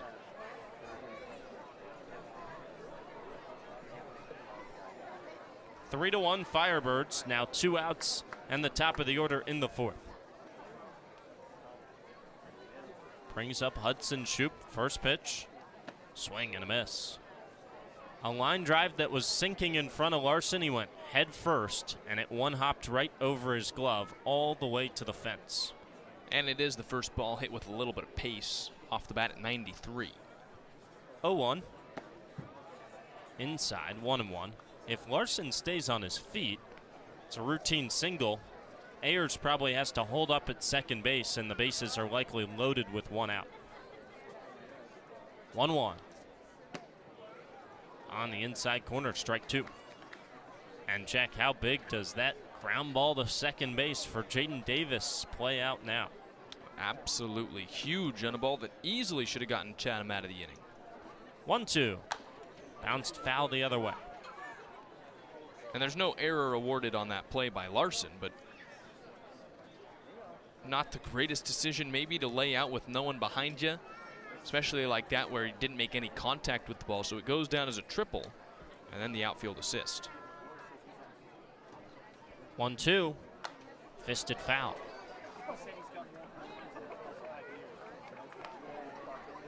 So Robbie Ayers and Lorenzo Miola both score in the fourth. There's nobody on and 2 outs. It's 3-1 Firebirds. 1-2 pitch. Check swing, bouncer in the dirt. Uphill to third. No swing. 2-2. It'll be 1 unearned run and 1 earned run. You can't assume the double play on the ball from Miola.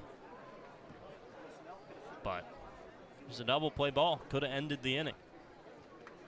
Instead, a 2-2 again. Swing and a miss. Ball drops out of the mitt of Irish, so he has to throw down to first. He does so successfully. 2 strikeout inning for Ryan Jenkins, but not before Orleans scratches across 2 to take back the lead after Chatham tied it in the bottom of the third. 2 runs, 1 of them earned on 1 hit, 1 error in the field from Chatham, and nobody left on base. Halfway through 4 at Veterans Field, Firebirds back in front, 3-1 on the Cape Cod Baseball Network. Chatham on TRZ, Cape Cod.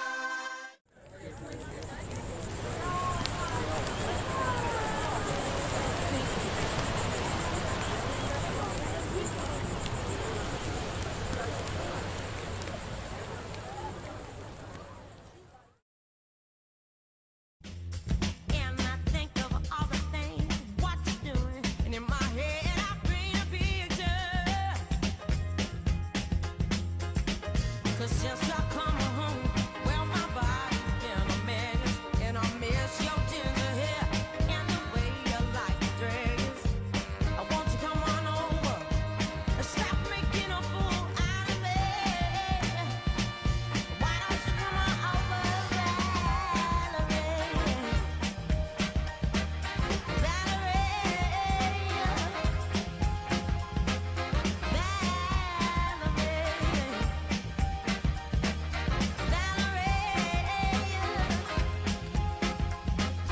Did you have to go to jail? But your house on up for sale. Did you get a good lawyer? Hope you didn't catch a 10. Hope you found the right man who'll fix it for you. Are you shopping anywhere? Change the color of your hair. Are you busy? And did you have to pay that fine? You was dodging all the time. Ashton Larson leads off the bottom of the fourth for Chatham. Callan Feng back on the mound for Orleans. 3-1 Firebirds advantage. A right-on-left matchup. First pitch, swing and a miss. Fastball, and Larson couldn't quite catch up. Possibly trying to make up for a mistake out in right field. Top half of the inning. Allowed 2 runs to score. 0-1. Swing and a miss. One-handed follow-through on a breaking ball low and away. Made him look silly. 0-2. Fang fidgets with the ball back behind the mound. Now he retoes the right half of the rubber. The righty sets, he deals. Swing and a miss. Fastball by Larson, 3-pitch strikeout. And the first 2 batters faced turn into strikeouts for Callan Feng. Number 24, Kyle Lodis. 1 out in the bottom of the fourth brings Kyle Lodis to the plate.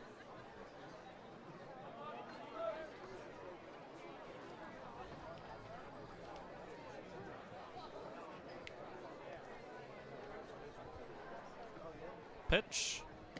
Breaking ball. Just outside. 1-0. It's got a ton of break on it, Jack. Starts off probably head high and dips close toward the bottom of the zone. 1-0. Fastball, called a strike. And whatever pitch Fang throws, it's one of the better ones of each in the Cape. He has dazzled this season. Starting to understand why he's so hard to pick up. 1-1. Check swing taken for a strike. 1-2. Fang turned into a starter this season for Harvard. 4.64 ERA. Ivy League Pitcher of the Year. Kept it going this summer. 1-2. Taken high.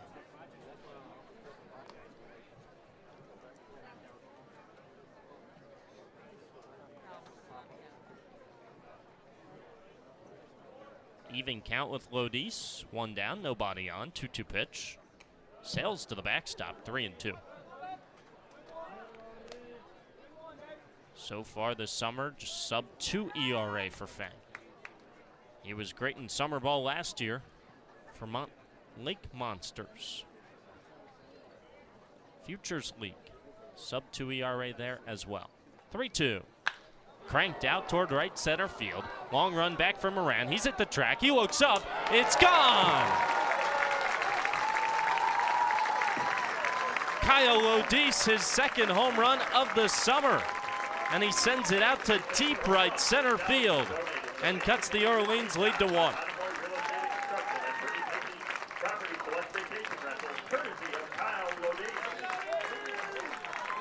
3-2 Orleans on Lodis' most powerful swing of the summer.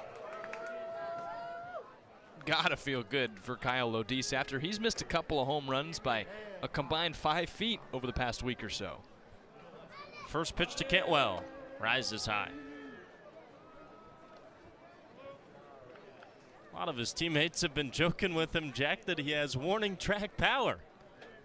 Not that time. 1-0.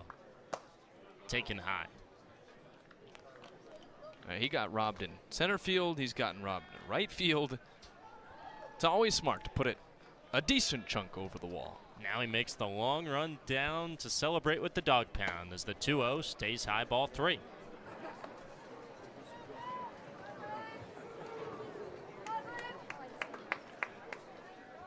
He hit it 385, and he makes about a 300-foot run to celebrate with the bullpen. 3-0. Ball 4. 4-pitch walk to Cantwell. That's just what he does. And it's only the 4th earned run allowed by Callan Fang all year. He doesn't give up hard contact all that often. He doesn't give up home runs. Hard to find times that he's come in and actually given up a run at all. With a 1.69 ERA coming into tonight. We had an attempt at an inside the Parker from Orleans in the top half, and now we have a real home run from Lodis in the bottom half. First pitch outside for ball 1 to Jet Johnston. Cantwell at first. 1 out, bottom of the 4th. 3-2 Orleans in front of Chatham. Johnston walked and scored his first time to the dish. 1-0. Called a strike.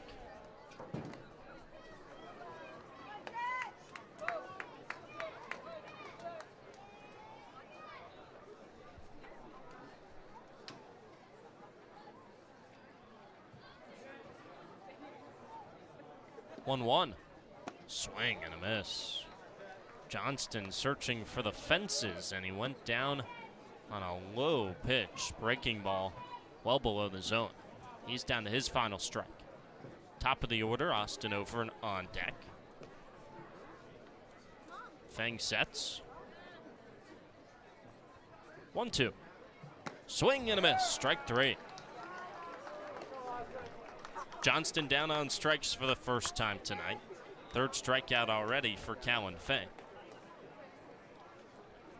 The center fielder from USC, number 9, Austin Over.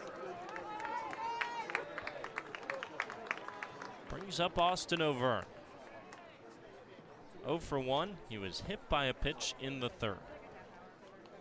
Firebirds trying to hold on to what is now a 1-run advantage. First pitch. Swing and a miss. O'Vern down to a knee. Hunting an outside fastball at 91. Kyle Lodis has finally made his way back to the dugout.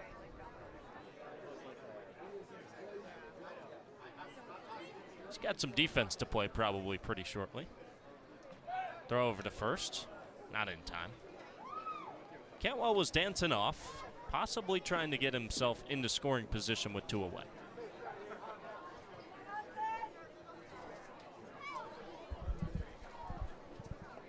Pitch.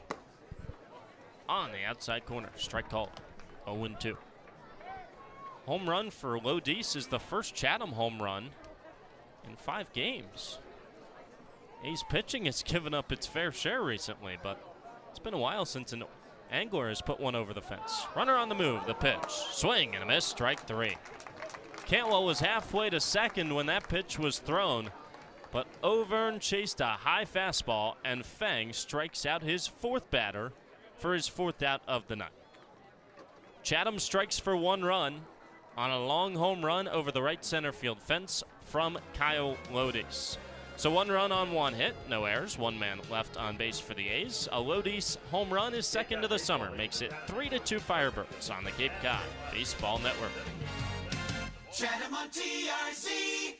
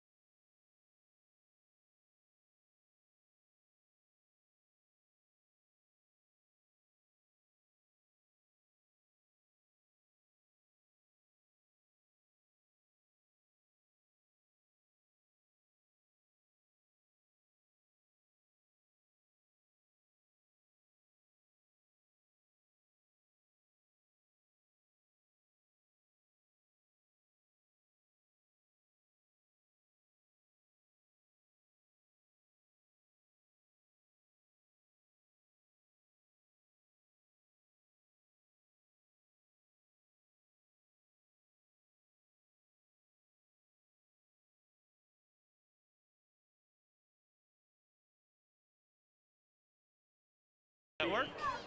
Thanks for hanging out with us here at Veterans Field on your Sunday evening.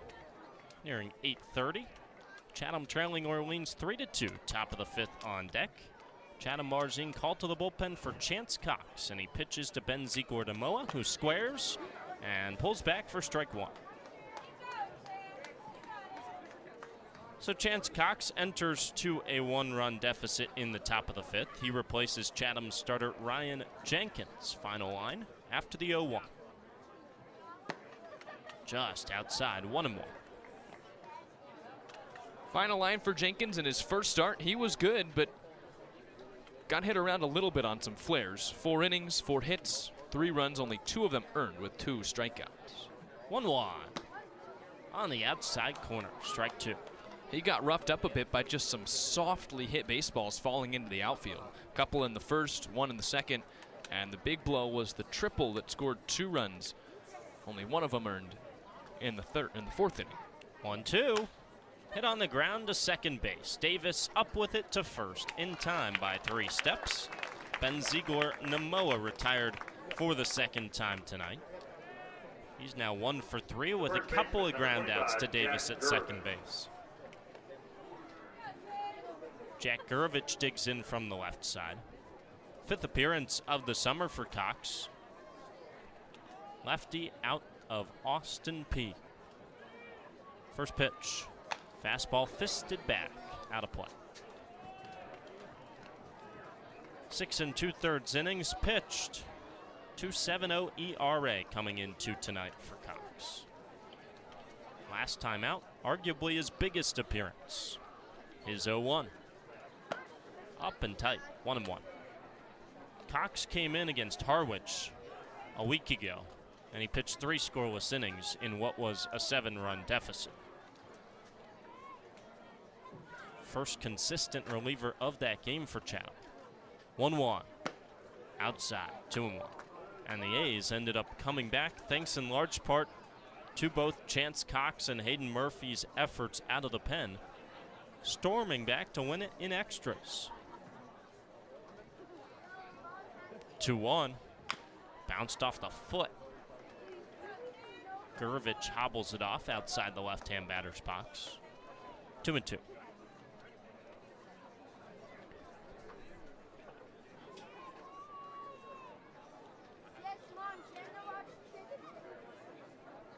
Home plate umpire Joe Labella checking in on Gurevich. He says he's good.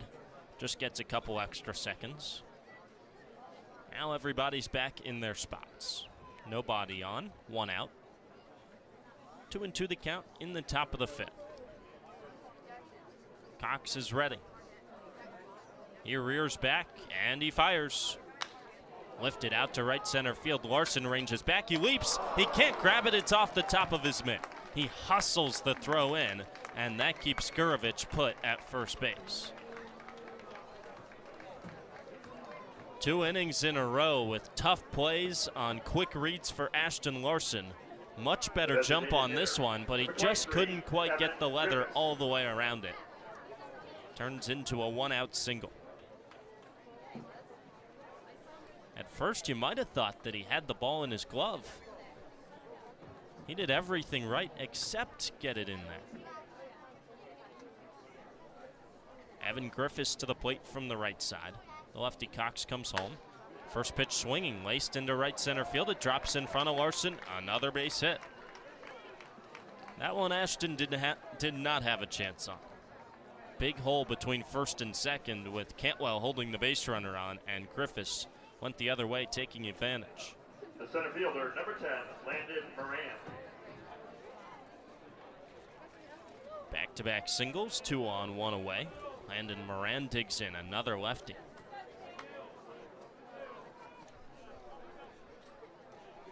Out of the stretch, Cox looks back. He comes home. First pitch outside, ball 1. Top of the 5th means we typically would check in on some Major League Baseball scores, but we're going to keep it draft-focused. Presented by Mahi Gold Outfitters. Jack, we already mentioned J.J. Weatherholt's name. Yeah, no other Chatham players have gone quite yet in the first round. It's about halfway through. 1-0 bounced back. 1-1. But players from around the Cape in the past have been taken. Charlie Condon, who played for Falmouth a couple of games last year, goes number 3 overall to Colorado. After Weatherholt, Christian Moore from Hyannis in 2022 goes to the 8th pick for the Angels. Travis Bazzana, 1-1, also a Falmouth Commodore. 1-1 pitch. Taken low. 2-1. Harwich's Seaver King, Wake Forest shortstop, goes number 10 to the Washington Nationals. Braden Montgomery from YD in 2022 slides a bit, but he goes to Boston at pick 12. So the Red Sox get a big steal of a player probably fell down the board a bit because of injury. 2-1. Fouled back over the third base dugout, housing the Anglers. 2-2. And you mentioned that Braden Montgomery injury. That was the injury that provided more playing time for Caden Kent, now of Brewster, formerly of Chatham last summer, to play so much down the stretch en route to a College World Series final appearance for A&M. 2-2. Upstairs, 3-2. And then the most recent Cape League pick in the MLB draft, James Tibbs, formerly of Brewster, goes number 13 from Florida State to the San Francisco Giants. Most boards have Carson Benj and Brody Brecht. Chatham A's from a year ago also in the first round. We'll wait and see. 3-2. Lifted out to left field. First steps in, now back, and Johnston has it. On a line for the second down. Jet Johnston, recruited as an outfielder, has played some infield, also has pitched across his first year at A&M and now headed to Auburn, but he gets the start in left, makes the play there, and there's 2 outs, runners still at first and second. Brings up Robbie Ayers. Senior out of Loyola Marymount bats from the right side. Cox deals and misses outside, ball 1. Check of the MLB draft board so far, presented by Mahi Gold Outfitters. More updates as we have them throughout the evening.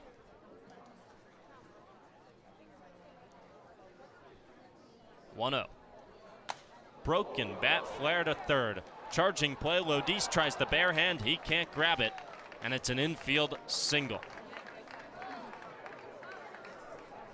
Ayers was sawed off. All he had left in his hands was the handle of the bat, and the barrel went flying all the way into left field.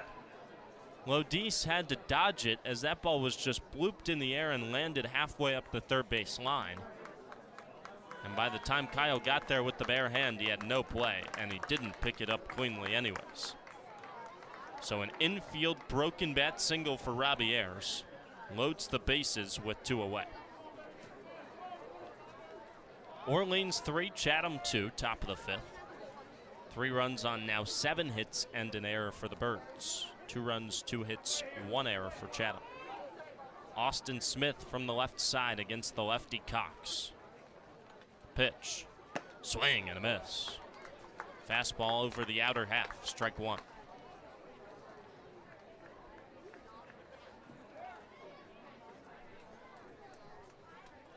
First inning of work out of the pen for the lefty from Austin P. Trying to keep it a 1-run game.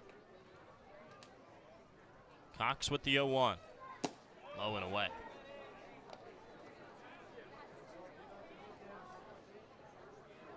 Smith so far today, 1 for 2.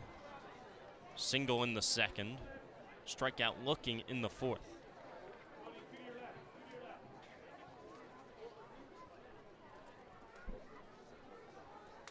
One. Line to first, caught. Cantwell has it again. Johnny on the spot for the 3rd time tonight. Just had to take 1 step to his left, and Chance Cox escapes a bases-loaded jam. 3rd line out of the evening off of Orleans bats, straight to Luke Cantwell at first. He's getting his fair share of baseballs on his final night in a Chatham A's uniform, and we are halfway home. No runs on 3 hits, no errors, 3 left on for Orleans. And it's Orleans 3 and Chatham 2, halfway through 5 on the Cape Cod Baseball Network.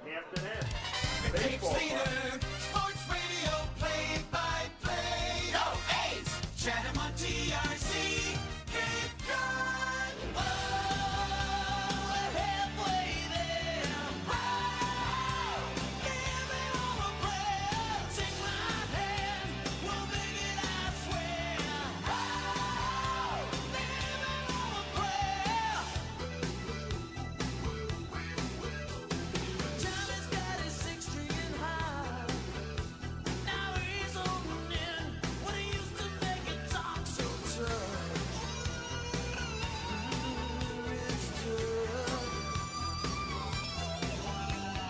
Cheetah dreams of running away. She cries in the nighttime and whispers, "Baby, it's okay." Someday we gotta hold on to what we got. It doesn't make a difference if we make it or not. We got each other, and that's a lot for love. We're giving it a shot. Oh, we're halfway there. Oh, living on a prayer. Take my hand, we'll make it, I swear. Meat of the order due up for Chatham in the bottom of the 5th. Firebirds left them loaded in the top half. It's still 3-2 Orleans. 2-hole hitter Jaden Davis digs in from the right side for the 3rd time tonight. Callan Fang back on the bump. Right on right the pitch. Low and away, ball 1.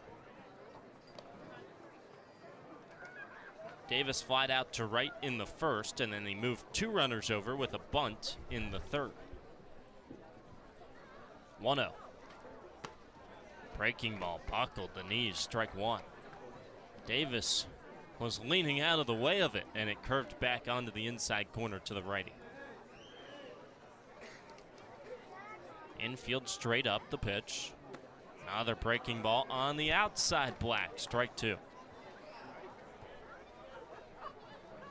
Fang has been clinical, minus a home run. Solo shot in the last inning from Kyle Lodis.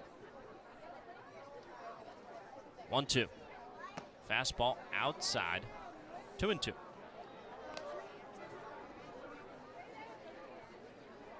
Back-to-back multi-hit games for Jaden Davis. Finding his groove this summer. 2-2. Lifted into shallow left field. A bloop lobber. Miola's back. He lunges. He dives. And he caught it. Over his shoulder, the shortstop Lorenzo Miola takes away a bloop single from Jaden Davis. Reached up with the left hand with his head peered back around his left shoulder. Left fielder Austin Smith wasn't getting there. Miola makes the heroic effort, and now he moves to the right side of second base. There's 3 on the right side of the infield with 1 away for Ike Irish, who swings it from the left side. Shift on. 1 out, nobody on the pitch. Inside. Nearly caught a piece of the back foot.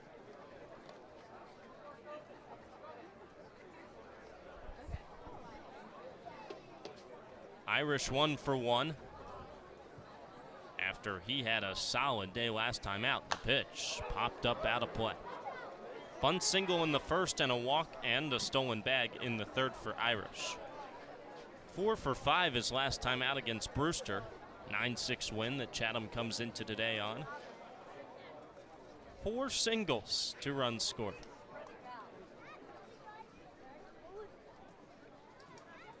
One. Breaking ball inside.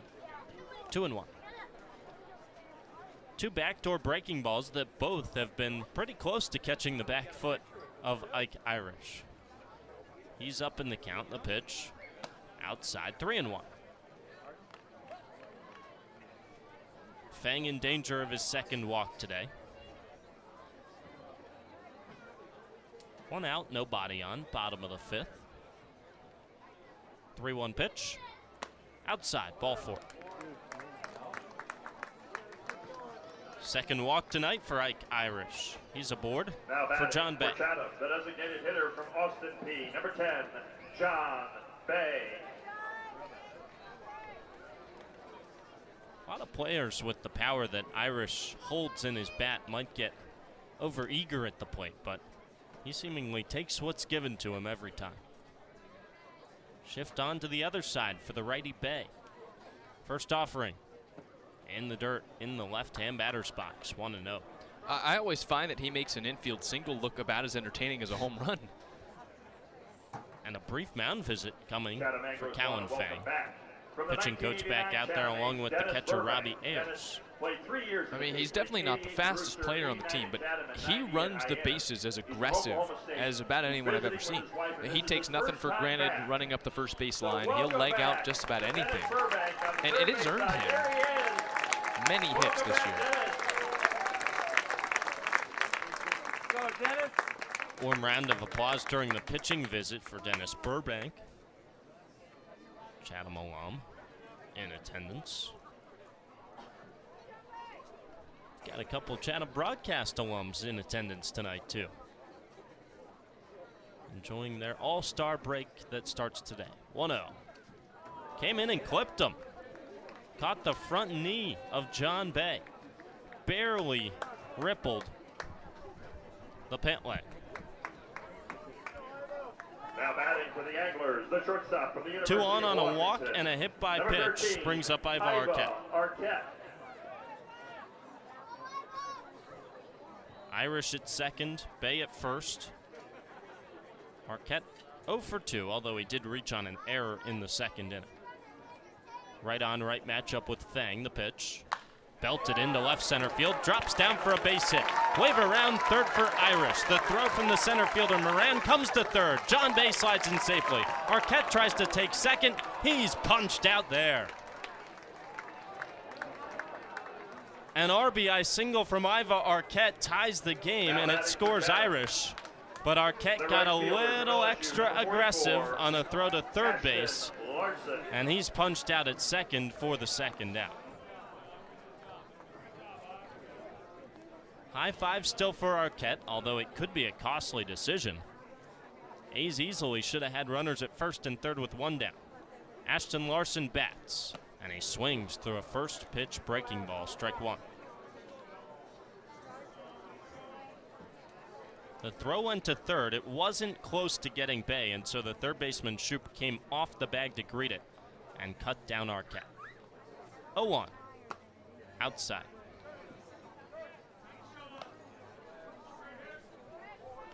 Nonetheless, Jack, A's take advantage of a couple free passes. They've gotten to Callan Feng more than anybody has this summer. I was just about to say they've scored about as many runs a pitch, swing, and a miss against him as anyone else has in his first 4 appearances in the league. And they need one more to officially tie that number, but he had been untouchable. Runner at third, 2 outs. Tie game 3-3. And the 1-2 to Larson. Lifted into shallow center field. Shortstop Miola under it on the edge of the grass, and he squeezes it for the final out. So the A's leave a runner at third base, but Chatham ties the game off of Callan Feng. A run in each of the last 3 frames for Chatham, and the Anglers get it done on 1 hit. No errors in the field, and 1 man left on base. Through 5, tie game at 3 on the Cape Cod Baseball Network. Chatham A's on the air.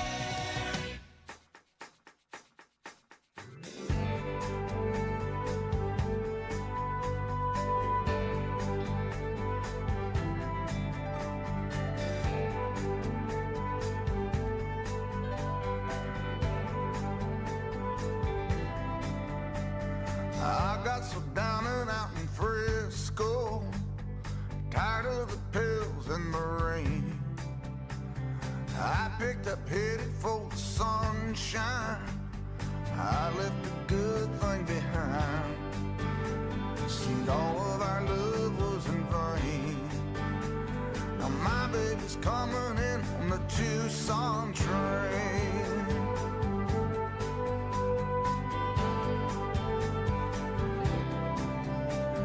I come here looking for a new life, one I wouldn't have to explain. To that voice that keeps me awake at night, when a little piece would make everything right. If I could just turn off my brain. But now my baby's coming in on the Tucson train.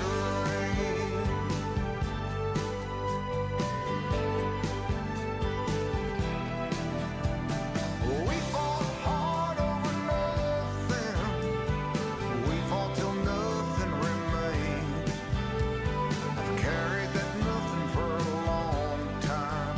Now I carry my operator's license and spend my days just running this train. 8-9 and 1, 2 up for Orleans. Back to a tied game, top of the 6th. Chance Cox faces Lorenzo Miola. And the pitch. Tipped out of the mitt of Irish at the dish. Strike 1. Chatham got 1 in the bottom of the 5th. Iva Arquette drove home Ike Irish. Could have been more, but the A's left John Bay over at third base. 0-1. Inside. Kicks up some chalk on the inside line of the right-hand batter's box, where Miola stands. 1-1. Cox steals. Flied out of play. 1-2. So in the top of the 5th, Orleans left them loaded against Cox. Couldn't score a run. And in the bottom of the 5th, Chatham not only got a runner thrown out at second, but left one at third. 1-2. Inside. A's are getting out hit right now, 7-3. An error aside, and knotted at 3 in the run column. 2-2 count to the 8-hole hitter Miola to start the top of the 6th, and the offering. Slapped foul the other way. Lorenzo Miola, one of 3 Stetson Hatters in the lineup today. Evan Griffiths in the cleanup spot. Landon Moran in the 5-hole. And Miola down in the 8-hole. All three of them sophomores. 2-2 again. In tight. Backs Miola off the plate. 3-2. Good season for Stetson. Got themselves back into the tournament. Not much farther. Payoff pitch. Outside with the breaking ball. Ball 4.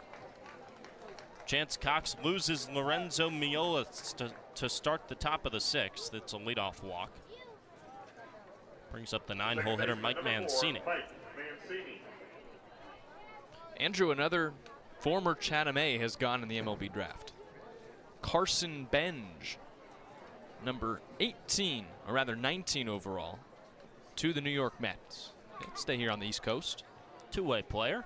First pitch to Mancini. He squares and pulls back. Strike 1 on the outside corner. There's a legitimate chance that up through the minors and potentially, I think he hopes, into the major leagues, that he could be both an outfielder and a pitcher. Didn't get to see him pitch much last summer. He was resting his arm. Honestly, he didn't play much at all. Wasn't super healthy. 0-1. Bunted foul.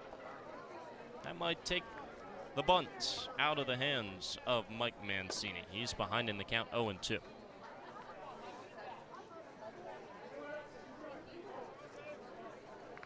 Mancini headed to the portal. He's headed to Vanderbilt. Sophomore out of James Madison. Helped get JMU back to the tournament this year. 0-2. Swing and a miss. Tipped it into the mitt. Irish holds on. That completes a first strikeout for Chance Cox. The third baseman, number 13, Hudson Shoup. Flips the order over for Hudson Shoup.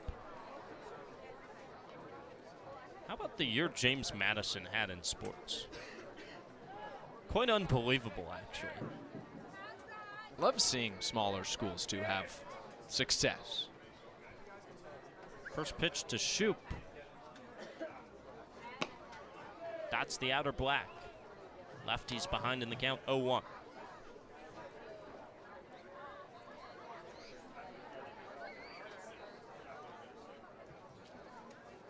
Football team that put a charge on. Undefeated most of the season, 0-1. Swing and a miss, 0-2. Basketball team made the tournament, if I'm not mistaken. Baseball team made it to the South Carolina Regional Final. Cox from the stretch up in the count, 0-2.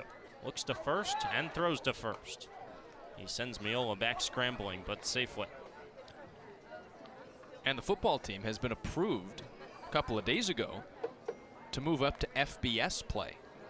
So they've officially entered the FBS in Division I football. 0-2. Bounce to first. Cantwell on 2 hops. Takes it to the bag. Throws to second. Not in time to get the double play. Would have had to get a tag down on Miola. He takes second base on a 3 unassisted ground out from Shoup. The right fielder, number 15, Ben Ziegler-Namoa. If I'm not mistaken, I believe they were en route to doing that, but you have to wait your certain number of years. And that's why they were supposed to be held out of a bowl game unless there were open bowl game spots. 2 outs for Ziegler-Namoa with a runner at second. 3-3 tie in the 6th. Pitch from Cox. Check swing. It's a strike anyway.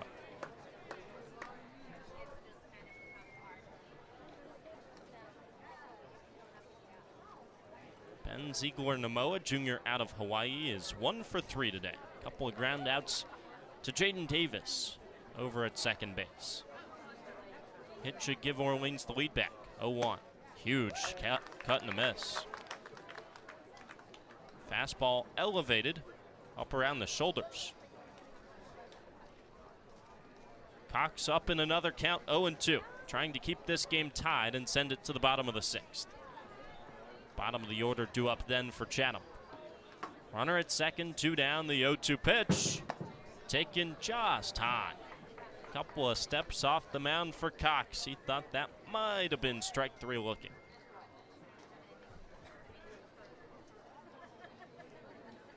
Lefty in search of his second straight scoreless inning out of the pen. Relief of the starter Ryan Jenkins, who went 4 innings, 3 runs, 2 earned. 1-2 from Cox. Strike 3 looking. Ring him up.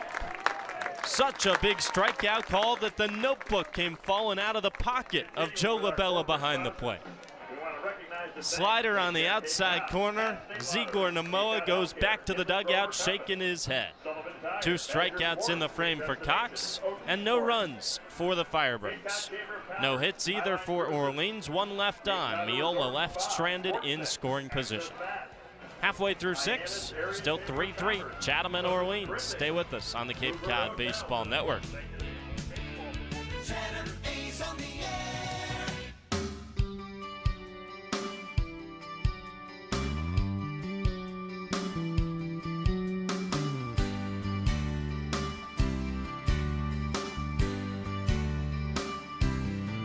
I bet you never heard old Marshall Dillon say, Miss Kitty, have you ever thought of running away? Settling down, would you marry me? If I asked you twice and begged you pretty please, she'd have said yes in a New York minute. They never tied a knot, his heart wasn't in it. He just stole a kiss as he rode away. He never hung his hat up at Kitty's place. I should have been a cowboy, I should have learned to rope and ride, wearing my 6-shooter, riding my pony on a cattle drive, stealing a young girl's heart. Chatham's gotten runs in each of the last 3 frames, and if the A's can keep that trend going, they'll take the lead. Tied at 3, bottom of the 6th. Kyle Lodis leads off against Callan Feng. His pitch in tight to the righty. Ball 1. 3 infielders on the left side of the diamond between third and second base. 1-0. Popped up out of play. Second at bat against Feng for Lodis. His first one, solo home run, right center field. 385 off the bat. 1-1. Breaking ball stays high. 2 balls, 1 strike. Anglers have capitalized on walks tonight. 2 of the 3 runs that have come across to score for the Anglers reached base on free passes from the Firebirds. 2-1. Taking a strike on the inner half. Fastball at 90. Lodis spins out of the right-hand batter's box. Steps back in. Waves the bat out toward Feng, who readies on the right half of the rubber. 2-2. Up and away, ball 3. Cantwell and Jet Johnston, the other 2 due up in this inning before the top of the order. Shift on against the righty Lodis. Payoff pitch. Swing and a miss. He was way out in front of the breaking ball. Wry smile as Lodis lifts his helmet off his head on the way back to the third base dugout. Not even close on that one. Hunting a fastball, and he was not getting a fastball.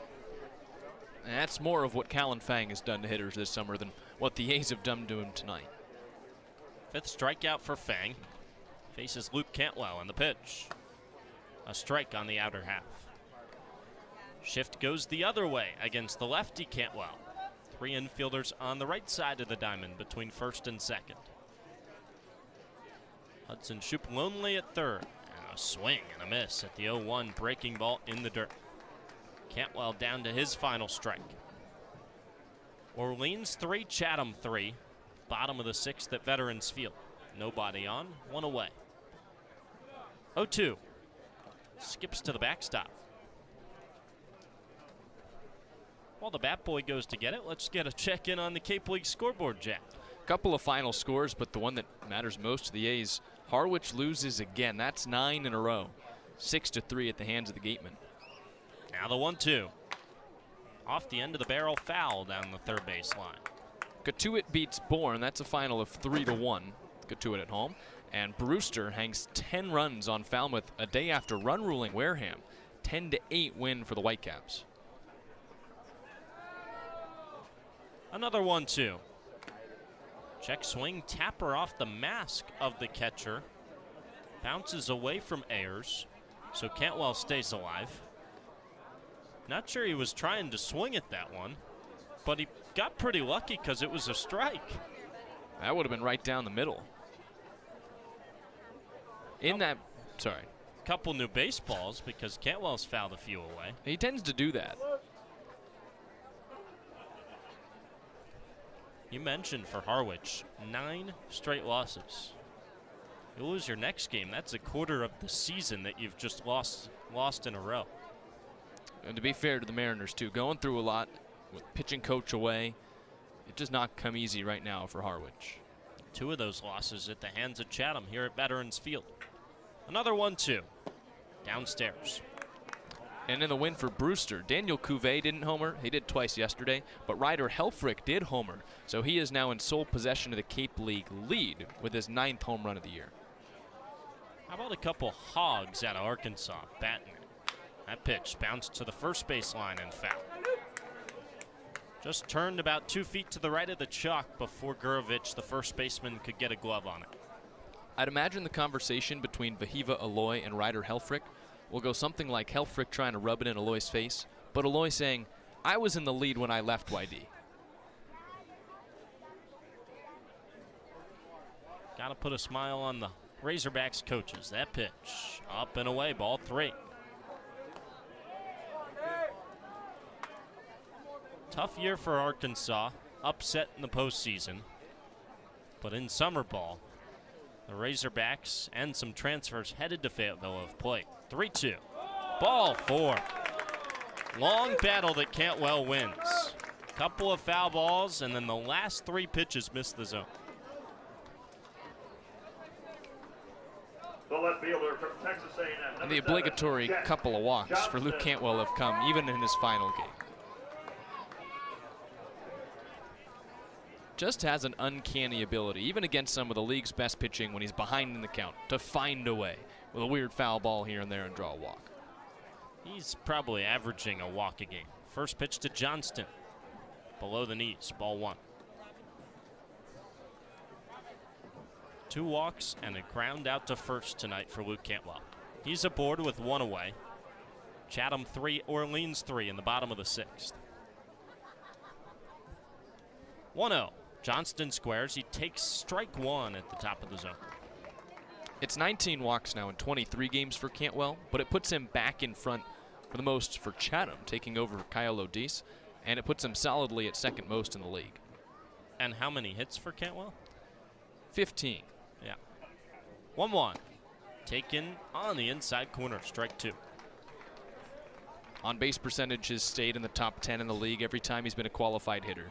His average is around 200, and it has been for most of the summer, but he's Scott Hatteberg reincarnated for Chatham.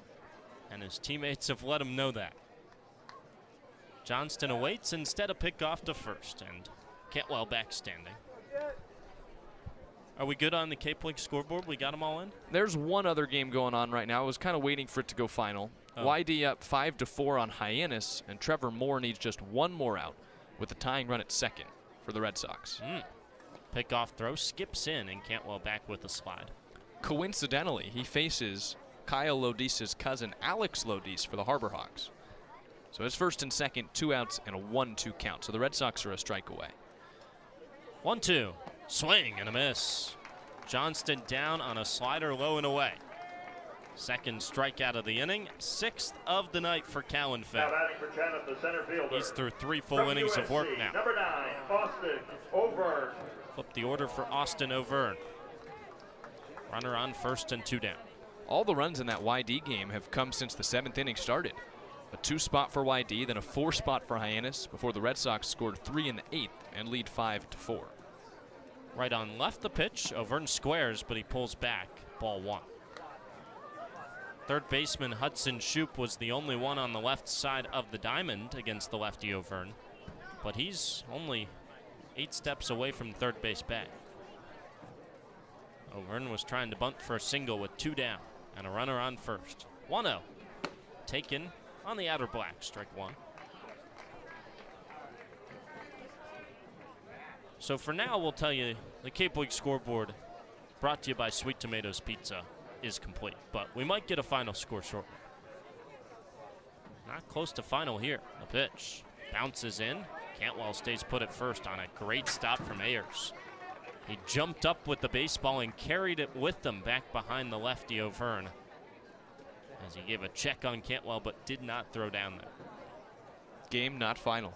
10-pitch walk for Alex Lodis. Wow. So the bases are loaded. 2-1 to O'Vern. Swing and a miss. Hacking for the fences, but he couldn't connect. Still haven't gotten the Lodis on Lodis battle. That's coming up Friday. Trip to Hyannis. Kyle will face off with his cousin Alex. 2-2. Fouled back. O'Vern stays alive. Fastball on the inner half. Tied at 3 in the bottom of the 6th between Chatham and Orleans.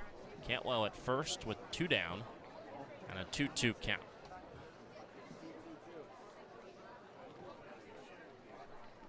Fang set from the stretch. He deals. Ball high. Full count for Austin O'Vern. Jaden Davis waits on deck. He's without a hit today. O'Vern also without a hit, as is much of this Anglers lineup. A's have got 3 runs on just 3 hits. Shift still on. Payoff pitch, runner away. It's bounced in the hole at second base. Back on it, Mancini. He fields, skips it to first. In time. O'Vern nearly beat it out. Mancini had to retreat on one hop. He fielded it on the edge of the outfield grass. O'Vern has the best speed on the team, but he just couldn't quite beat out an infield single. So Chatham goes for no runs on no hits. 1 man left on, no errors in the field. We're through 6, and it's 3-3 Chatham and Orleans on the Cape Cod Baseball Network. Chatham A's on the air.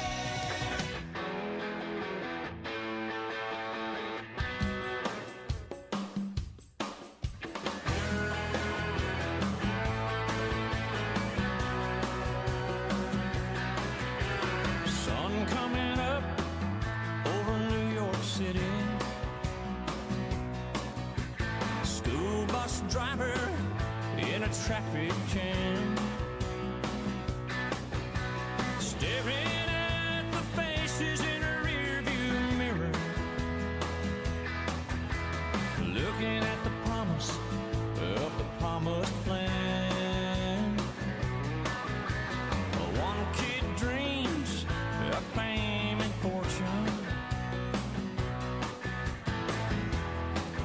One kid helps pay the rent.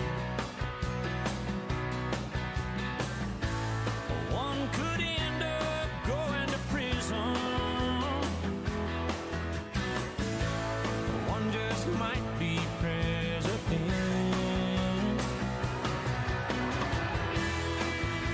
Only in America, dreaming in red, white, and blue. Only in America, where we dream as big as we want to. We all get a chance. Everybody gets to dance.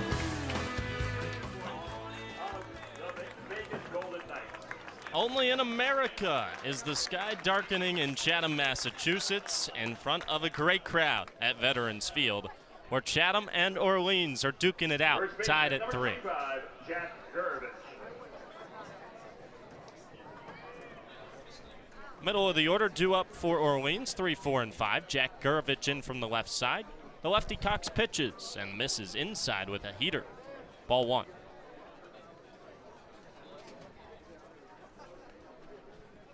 Third inning of work for Chance Cox, trying to keep it a tie game. 1-0. Laced right at the shortstop Arquette, who has it on a line. Just 2 steps to the left for the shortstop, Iva Arquette, to take away a base hit from Jack Gurevich. That ball should have been headed to first. Luke Cantwell deserved his 4th of those. Instead, it goes to Arquette.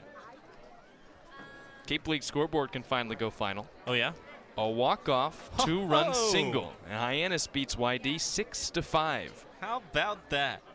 First pitch to Evan Griffiths.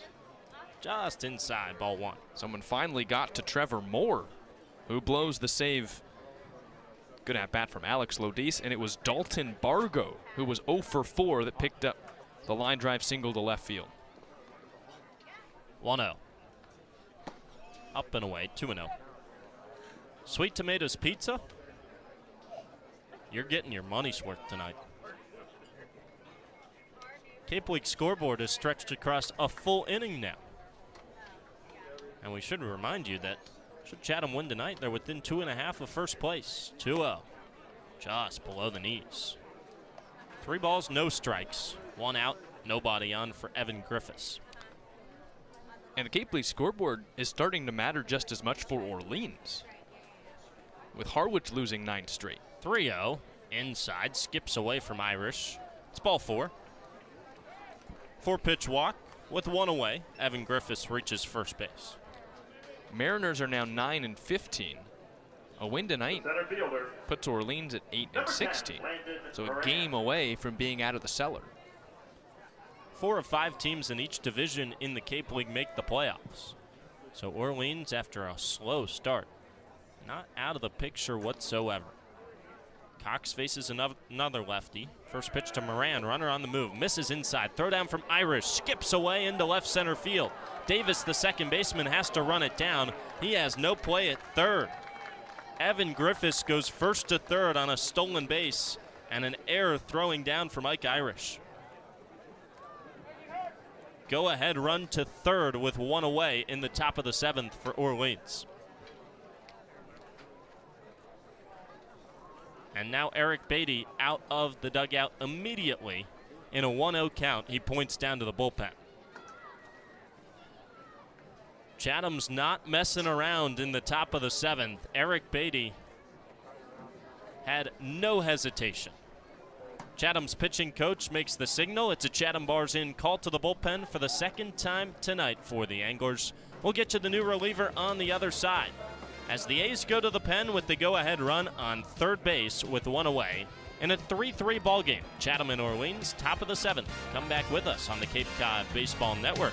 Chatham on TRC, Cape Cod.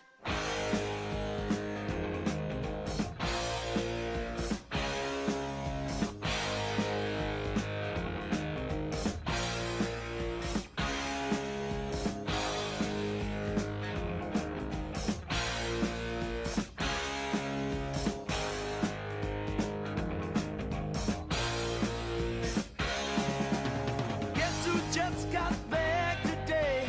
Them wild-eyed boys that had been away haven't changed, had much to say. But man, I still think them cats are crazy. They were asking if you were around, how you was, where you could be found. Told them you were living downtown, driving all the old men crazy. The boys are back in town, boys are back in town. I said, the boys are back in town.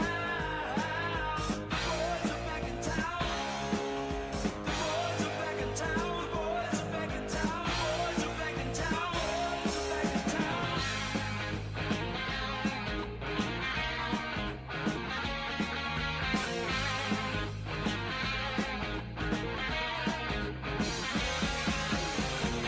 You know that chick that used to dance a lot? Every night she'd be on the floor shaking what she'd got. Man, when I tell you she was cool, she was red hot. I mean, she was steaming. And that time over at Johnny's place, well, this chick got up and she slapped Johnny's face. Man, we just fell about the place. If that chick don't want to know, forget her. The boys are back in town. The boys are back in town. I said, the boys are back in town. The boys are back in town. The boys are back in town. The boys are back in town. The boys are back in town.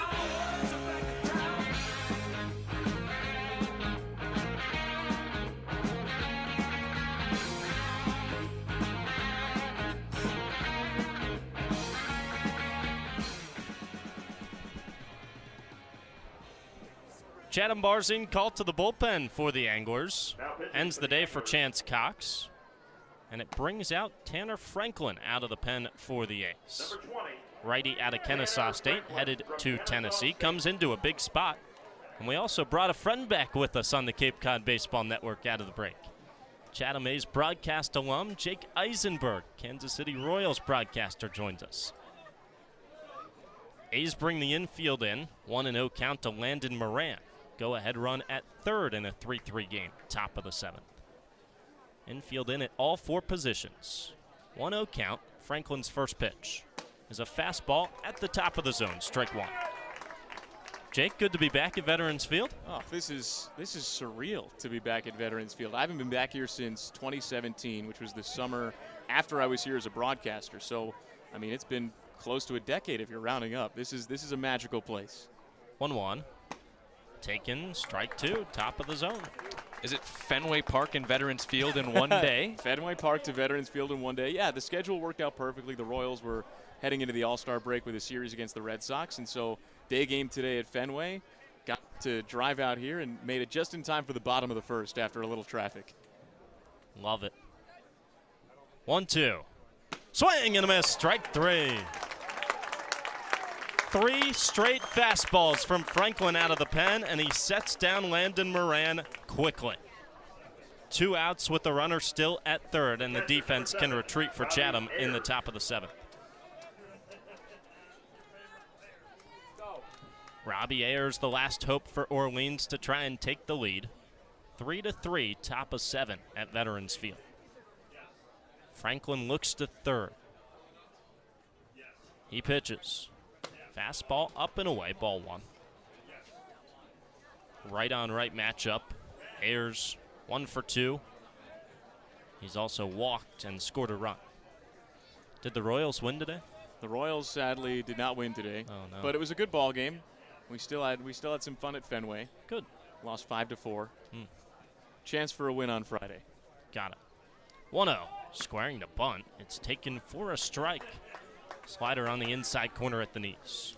But it's good to be back and see everybody and see this place. Bring my wife Jen back here. We were still dating when we were here, what was it, 8 years ago, and going to get some ice cream at Short and Sweet later. Yeah. We're going to check all the Chatham boxes. 1-1 pitch. Swing and a miss. Healthy cut at 94 up in the zone. Strike 2. What flavor? I'm going to go for Maine Black Bear. Oh, okay. And, I mean, I've already... It's a veteran move. Yeah, veteran move. Maine Black Bear, a little bit of chocolate sauce. I hope John and Jan remember. It'll be good to see them, too. If you're lucky, they're listening right now in Maybe. the shop. Hi, John. Hi, Jan. Runner at third, 2 outs, the 1-2. Upstairs. I mean, he had that order ready to go. Oh, yeah. This has been on the brain. As soon as I saw the schedule for this year and saw that there was a chance that we could spend the All-Star break on the Cape, I've been dreaming about that scoop from Short and Sweet and watching a game here at Veterans Field and seeing the sun go down and just crossing my fingers that there wouldn't be a fog out. Perfect night. No fog in sight. 2-2. Check swing, ball in the dirt, appeal to first. No swing, says Ryan Damari. Ayers holds up. Slider in the dirt, runs the count full. Chatham 3, Orleans 3. You also got a close ball game to watch. Yeah. Edge of your seats kind of stuff. Runner at third with 2 down. Franklin. His payoff. Low for ball 4. Fastball just below the knees on the outside corner. Full count walk to Robbie Ayers. Not the worst result, Jack, you could ask for. Puts runners at the corners. Problem is that was his chance at a righty, and now the left-handed Austin Smith comes to the plate. A strikeout and a walk. Definitely feels like Orleans has been the better team tonight, especially when it comes to hitting with runners in scoring position. Not all of the balls have been hit hard, but feels like a game the Firebirds probably should be in front by the way they've played. Up in the hit column, 7-3, but tied in the run column, 3 apiece. Austin Smith up to the plate, runners at the corners and 2 down. Franklin deals. Fastball outside. Right on left matchup. Smith 1 for 3 with a single back in the 2nd inning. Strikeout looking in the 4th, and a line out to first base in the 5th. Chatham trying to get to the stretch, tied at 3. 1-0. Slider low, ball 2. And now Luke Cantwell comes to the mound from first base for a quick word. I'll tell you what, there's a lot of things looking around that are similar. The field looks great as ever because Robbie's great as ever, but the bleachers are new. Those weren't here when I was here in 2016. A lot of the equipment up here has stayed the same. We didn't have any TrackMan stuff or pitch tracking, anything like that. The new scoreboard looks great. Yeah, some things stay the same, but some things change. That's okay. You like the Chatham script in the paint behind home plate? I do. That's a really classy look. Franklin ready, his 2-0. Fastball right down the middle, strike 1. They've got a Kansas City Royals kind of blue pullover down there. I don't know if you've checked the merch out yet, but everything's got the Chatham script on it. I might have to go pay Ed Baird a visit. Ed's listening down there, I'm sure. Might have it ready for you. 2-1. Bounced on the ground to short. Arquette has it. He takes it to second himself. And the Firebirds leave him at the corners. Tanner Franklin comes out of the pen with a runner at third and 1 out. And he strikes out Landon Moran. He walks Robbie Ayers. But then a fielder's choice off the bat of Austin Smith escapes the inning. No runs, no hits, couple of walks, no errors, 1 error in the field from Ike Irish and 2 left on. Let's send it to Peter Burns for stretch time at Veterans Field. Let's go, baby. All right, here we go. We've got Brooke, Claire, Connor, Orla, Logan, Alex, Cohen, Pearson, Alex C., Angelina, Cooper, Augie, Ben, and Gemma. Gemma, that's what I said. You didn't hear the first Gemma. Where's Gemma? Hi, Gemma. I'm sorry I mispronounced your name. Okay. I'm not the first person to. All right, are you ready? On 3. A 1, a 2, a 3. Take me out to the ball game. Take me out to the crowd. Buy me some peanuts and crackers. I don't care if I ever get back to root. Root for the home team. 1, 2, 3 strikes around the all All right, let's hear it for Gemma, Ben, Augie, Cooper. All right, Peter Burns, another 7th inning stretch. Andrew Selover with Jack Smith, and we're back with Jake Eisenberg, Chatham A broadcast alum and Kansas City Royals broadcaster. Jake, Peter Burns was here or not here when you were here? Leading off for the Anglers. Oh, we lost Jake The for a second second. baseman from Vanderbilt, number 30, Jaden Davis.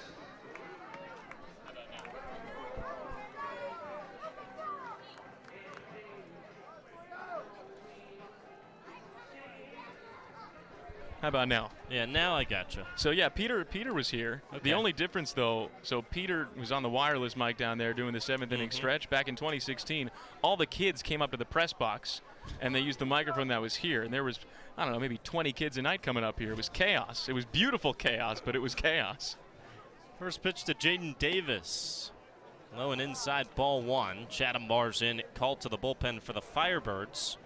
New pitcher into the game in replacement of Callan Fang. Alex Kranzler, righty deals. Strike call, 1-1 to Davis. I'm not sure how you could keep a focus up here if you had 20 kids up here in between the top of the 7th and the bottom. Oh, we found a way. Long pause for Kranzler. Now he winds and fires. 1-1 is upstairs, ball 2. But that's one of the beautiful things about this place and, you know, teams and franchises in particular, all the little things that you remember. 2-1, cranked out to deep center field. Moran back on his horse. He watches it bounce over his head, over the wall, a ground rule double. deep drive from Davis that cleared the head of Landon Moran and skipped off the warning track right over the 385 sign. Leadoff ground rule double for Chatham to start the bottom of the 7th. Go-ahead run in a 3-3 tie is into scoring position.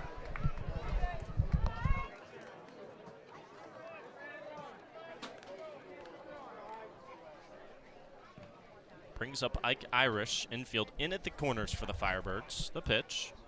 The lefty fouls it off, out of play.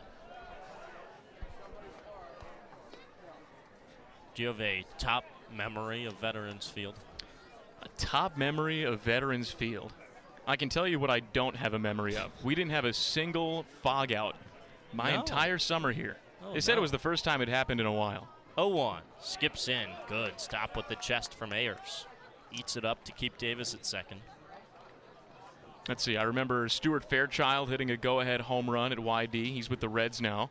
Looking forward to seeing him later this month when the Royals are out in Cincinnati. Remember Simon Matthews with a dominant playoff performance at Harwich. 1-1 in the dirt. There was J.B. Bukowskis, an opening night start. I think he got cut short. He had a blister on his hand.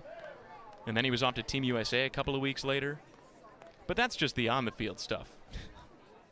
Some things that aren't for the air from off the field.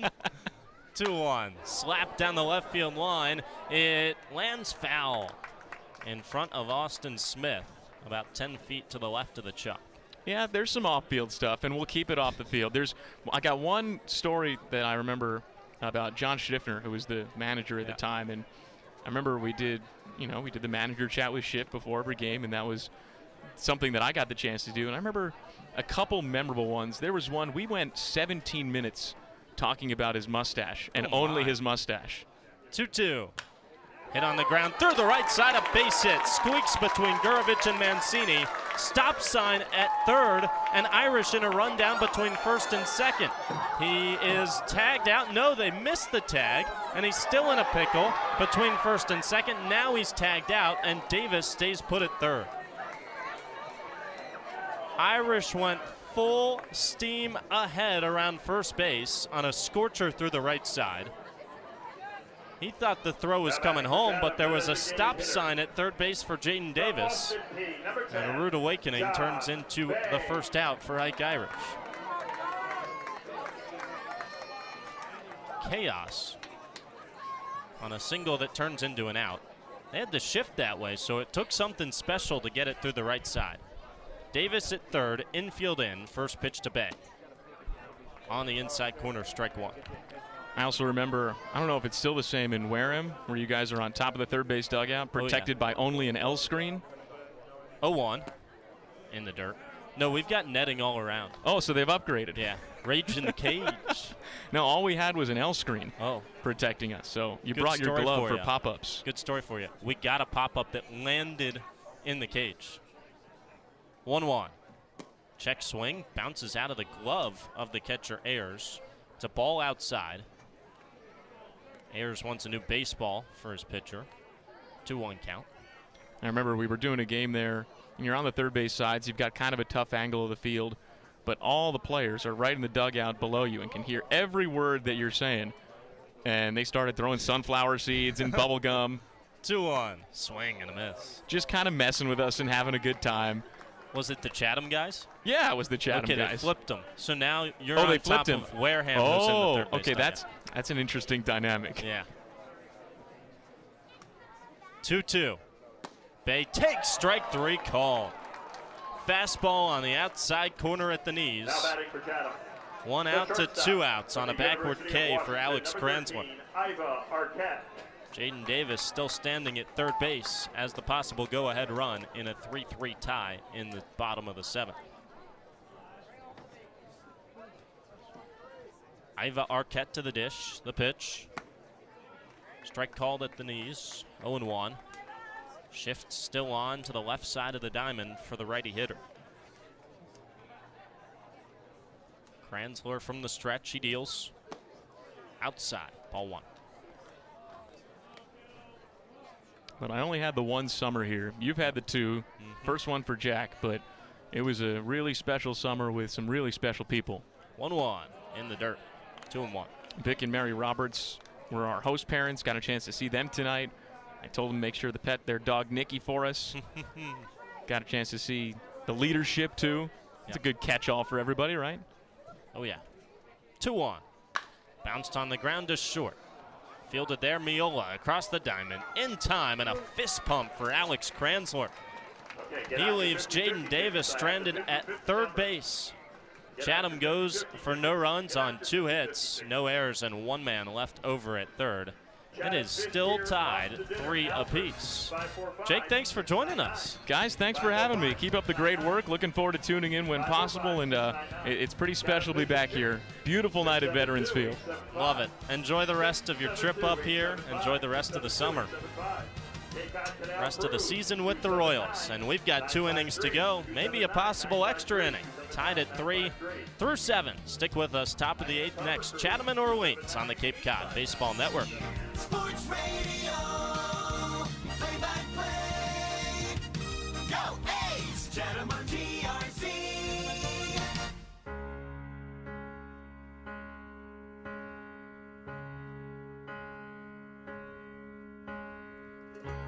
They came in thinking top dollar to that old cotton crop farmer.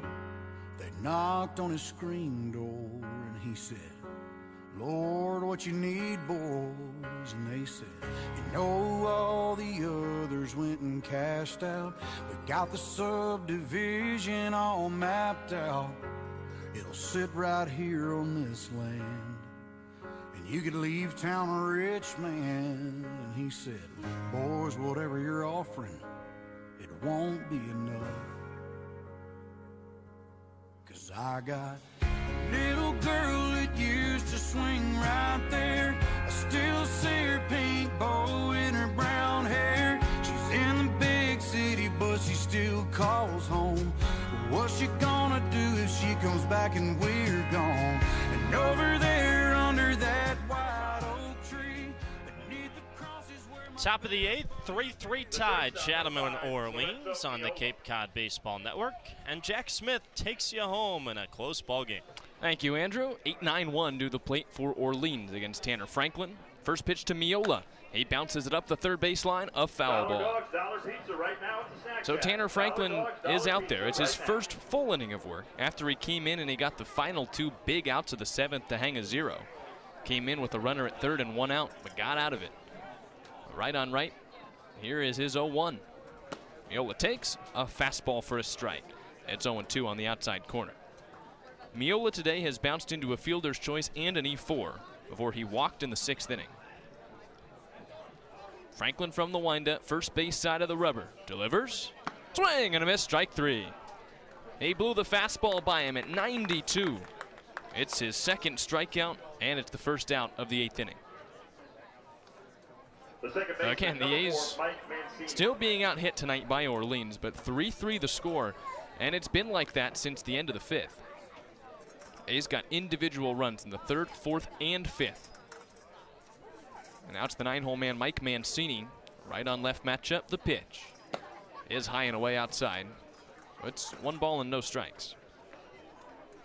Feels like a game, as we've talked about, that Orleans has been the better team, but the A's have stayed in it. Tanner Franklin trying to keep it tied. 1-0. Slider is upstairs, 2 balls and no strikes. Both teams have had their fair share of chances, especially as of late. Both teams have left a lot on base.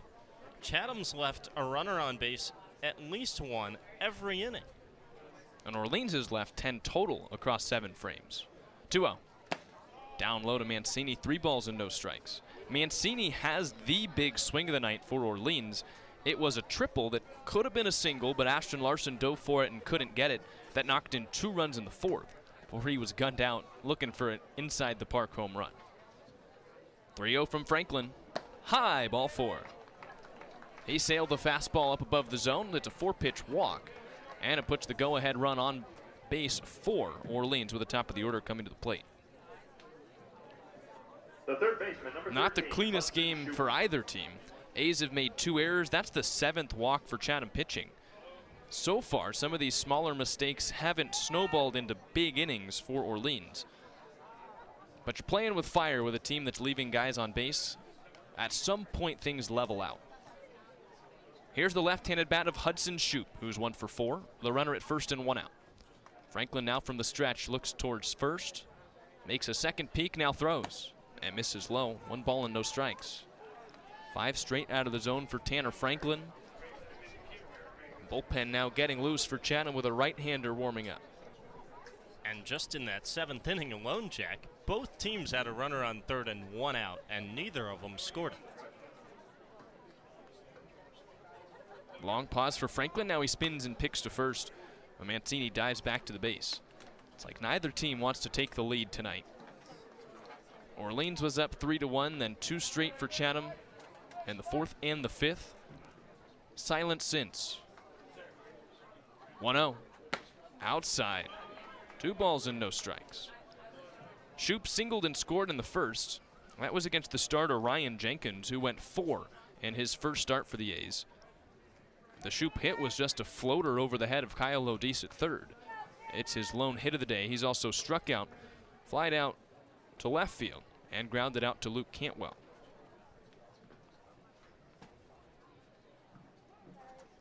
Franklin collects. He picks to first. And again, Mancini is back into the bag. See if Tanner Franklin can find the zone after 6 straight errant out of his hand.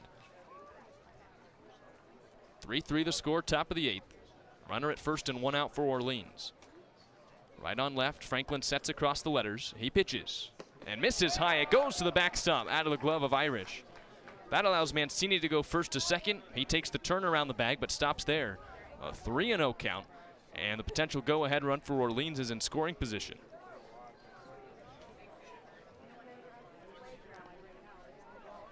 Tanner Franklin looks at Iva Arquette now, who lays out the signs on his left arm. Speedy Mike Mancini over at second, as Orleans looks to retake the lead here in the top of the 8th. Franklin comes set. He peeks to second, brings it home, and misses high, ball 4. 8 straight out of the zone. And that'll prompt Ike Irish to walk out and talk to the right-hander. Andrew, it's been far from an ordinary summer so far for Tanner Franklin. He has entered the transfer portal. He's gone to a new school. He's dealt with plenty of adversity so far this summer. So far, though, he has not been charged for an earned run. And now with Eric Beatty heading out to the mound, it might not be up to him in the 8th. New pitcher is coming in, will inherit runners at first and second and 1 out. And Franklin leaves his line up to the new right-handed pitcher coming in from the pen. 3-3 Orleans and Chatham tied, but the Firebirds have 2 on and 1 out. We'll step away with them as this call to the bullpen is presented by Chatham Bars Inn. Righty takes over for righty with 2 on for the Firebirds. Stick with us from Veterans Field here on the Cape Cod Baseball Network. Chatham on TRC, Cape Cod.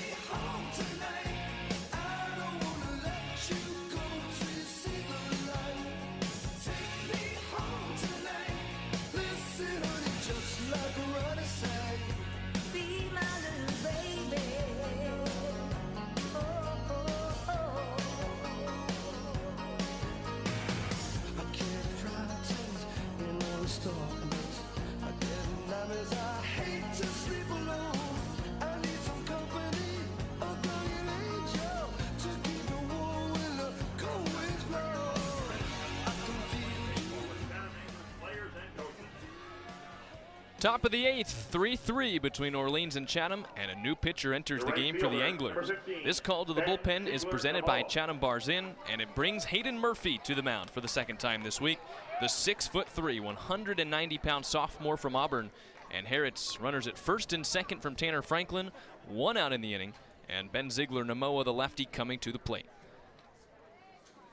Corners come in a bit for Chatham, middle infield double play depth, as Ziegler-Namoa takes low with a fastball, 1 ball and no strikes.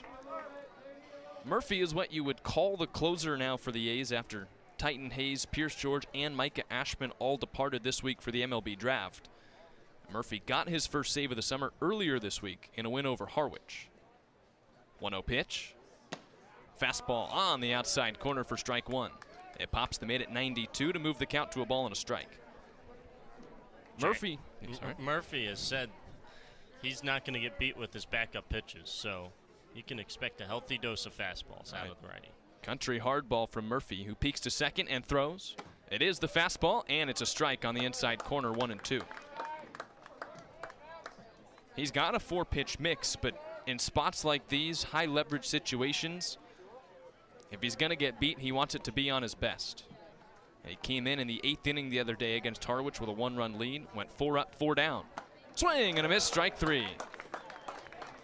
This time he sped up the fastball at 94 to strike out Ziegler-Namoa, and that's the second out of the inning. The first baseman, number 25. Not Jack quite out of the Gervin. woods yet. He's trying to strand the 2 runners left on by Tanner Franklin, who walked 2 straight here in the 8th. Jack Gurevich, the 3-hole hitting left-handed first baseman, comes up. Still first and second for Orleans, now 2 outs. So the infield backs up for the A's.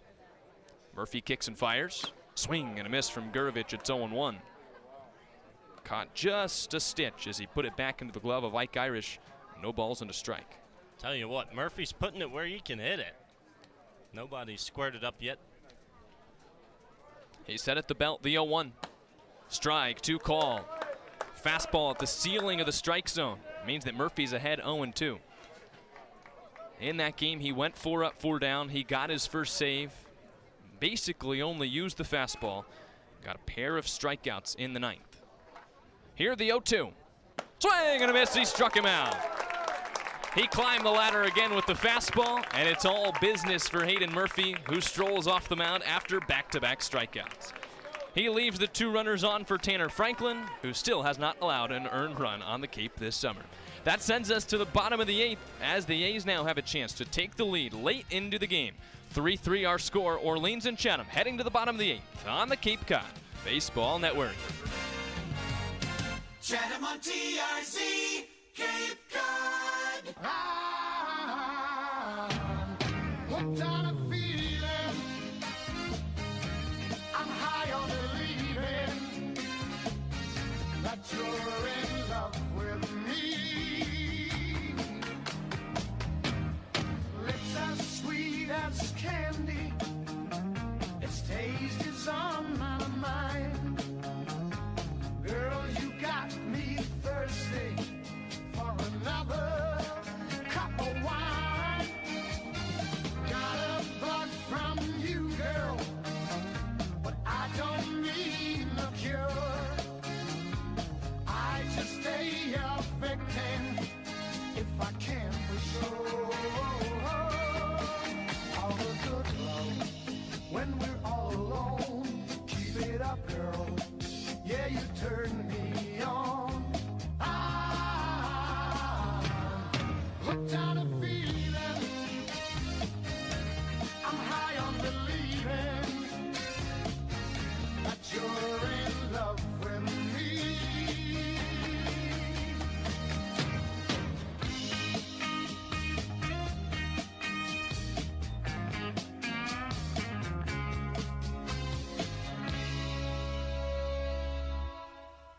All the good love when we're all alone. Keep it up, girl. Yeah, you turn me on. Hooked on a feeling. Leading off for the Anglers, the right fielder from LSU, number 44, Ashton Larson.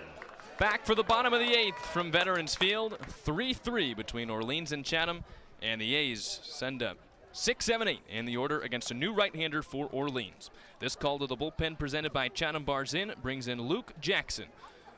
6'2", 190-pound right-handed redshirt freshman from Texas A&M. He pitches to Ashton Larson, who bounces it foul. No balls and a strike. It's Larson, then Lodis and Cantwell. That's 2 lefties and a right-hander against the righty for Orleans. Jackson works from the windup, first base side of the rubber. As he shakes for his sign, deals 0-1. Inside to Larson with a fastball, 1-1. Jackson's first appearance of the summer came against Chatham. The 12-1 loss for the Firebirds at home. And he gave up a home run in that game. 1-1. Swing and a miss. 1 ball and 2 strikes to Larson. He was good for the most part, but in the 9th inning, the Anglers dugout got riled up by a warning from the umpire, and Luke Cantwell took him deep. He likely faces Cantwell in this inning. 1-2, up high with a fastball. Near the helmet of Larson, who spun back out of the way, recoiled out of the left-hand batter's box, and the count is 2-2. Cantwell due up 3rd in the inning. Could be revenge or deja vu. 2-2, and Larson spoils it foul. Over the third base dugout, takes 1 hop to Chance Cox, who picks it up. It's a foul ball. 2-2 on Larson.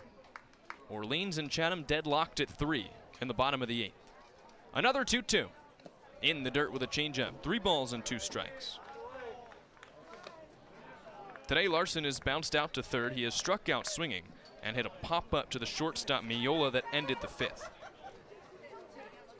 Battling here against Jackson. Another 2-2. He swings and pulls it on the ground, first base side. Gurevich has it. He underhand flips to Jackson. He touches the base, and he barely gets Larson 1 away.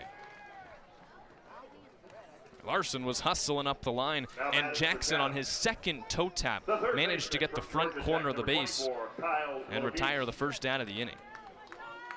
Certainly tougher than it needed to be for Orleans on a ground ball to 1st. It's been that kind of day. Everything is a little bit more tense here between Chatham and Orleans, especially in a tie game. And here's the right-handed bat of Kyle Lodis, who takes outside, 1 ball and no strikes.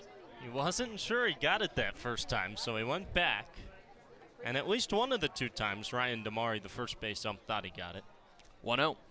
Lodis checks his swing. He takes a fastball on the outside corner, 1-1. Final line for Alex Kranzler. He pitches a scoreless 7th, 1 inning of work, 2 hits, no runs, no walks, and a strikeout. 1-1 on the way. Swing and a miss from Lodis. It's 1-2. Today, Kyle has sandwiched a home run in between a pair of strikeouts. Hit a solo shot in the 4th and a pair of swinging Ks.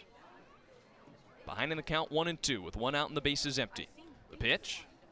He checks his swing. Slider off the outside corner. Did not go around. That evens the count up. 2 balls and 2 strikes. Lodis playing his 2nd straight game at 3rd for Chatham.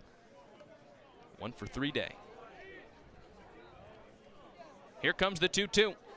Swing and a miss, strike 3. Couldn't hold up at that breaking ball, and he goes down swinging for the 3rd time. 2 outs in the bottom of the 8th. Batting for Chatham, the first baseman from Pitt, 10th number strikeout 49, of the day for Cantwell. Orleans pitching. The first one for Luke Jackson, and here it is, the rematch with Luke Cantwell. Right on left, here's the first pitch. Curveball, taken low, 1 ball and no strikes. That game was a little bit different, Andrew. It was 10-1 A's on top at that point. Orleans wasn't happy with how rowdy the A's were. 1-0. There's a fastball on the outside corner, 1-1. A little extra heat on that one at 94 on the outside corner. The A's were about as rambunctious as they've been all year, up by 9 over Orleans. And Cantwell only added to the total. 1-1 pitch. Taken for a strike. Slider over the outer part of the plate that bends back for strike 2. Home run here would mean a little bit more, I think. Especially given the fact it's Cantwell's last game. 1-2. He takes low with a changeup. 2 balls and 2 strikes. But you could tell that night Orleans wasn't pleased. They came and they lost the next day here at home for Chatham. This is the first rematch since that home and home. 2-2 pitch. Swing and a miss, strike 3. And round 2 goes to Luke Jackson, who's got a little extra look as he struts off the mound towards the first base dugout. No runs on no hits, no errors in the field, and no runners left on base for the A's. Means we go to the 9th, still tied here on the Cape Cod Baseball Network, 3-3 between Orleans and Chatham. Murphy sprints back out. He faces the heart of the order, Griffiths, Moran, and Ayers. And we hope you stick with us as we head to the 9th. Orleans and Chatham have been deadlocked at 3 ever since the bottom of the 5th. And what more would you want in a rivalry matchup? Come back with us from Veterans Field. Chatham on TRC, Cape Cod.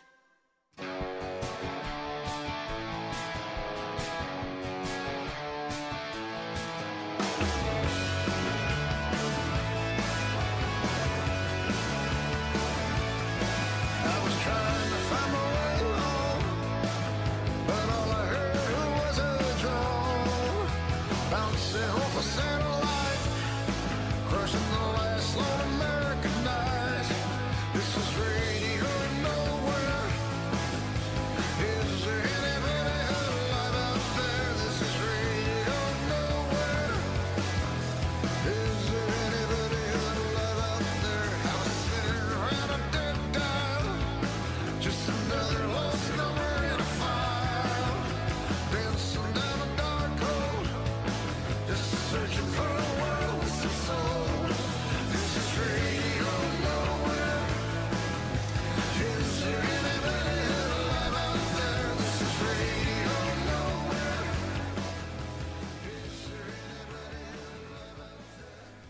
Time for the top of the 9th here at Veterans Field.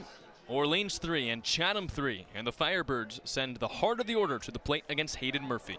Starts with the right-handed bat of Evan Griffiths, the DH cleanup hitter. Murphy works from the windup. He delivers. And the fastball is high.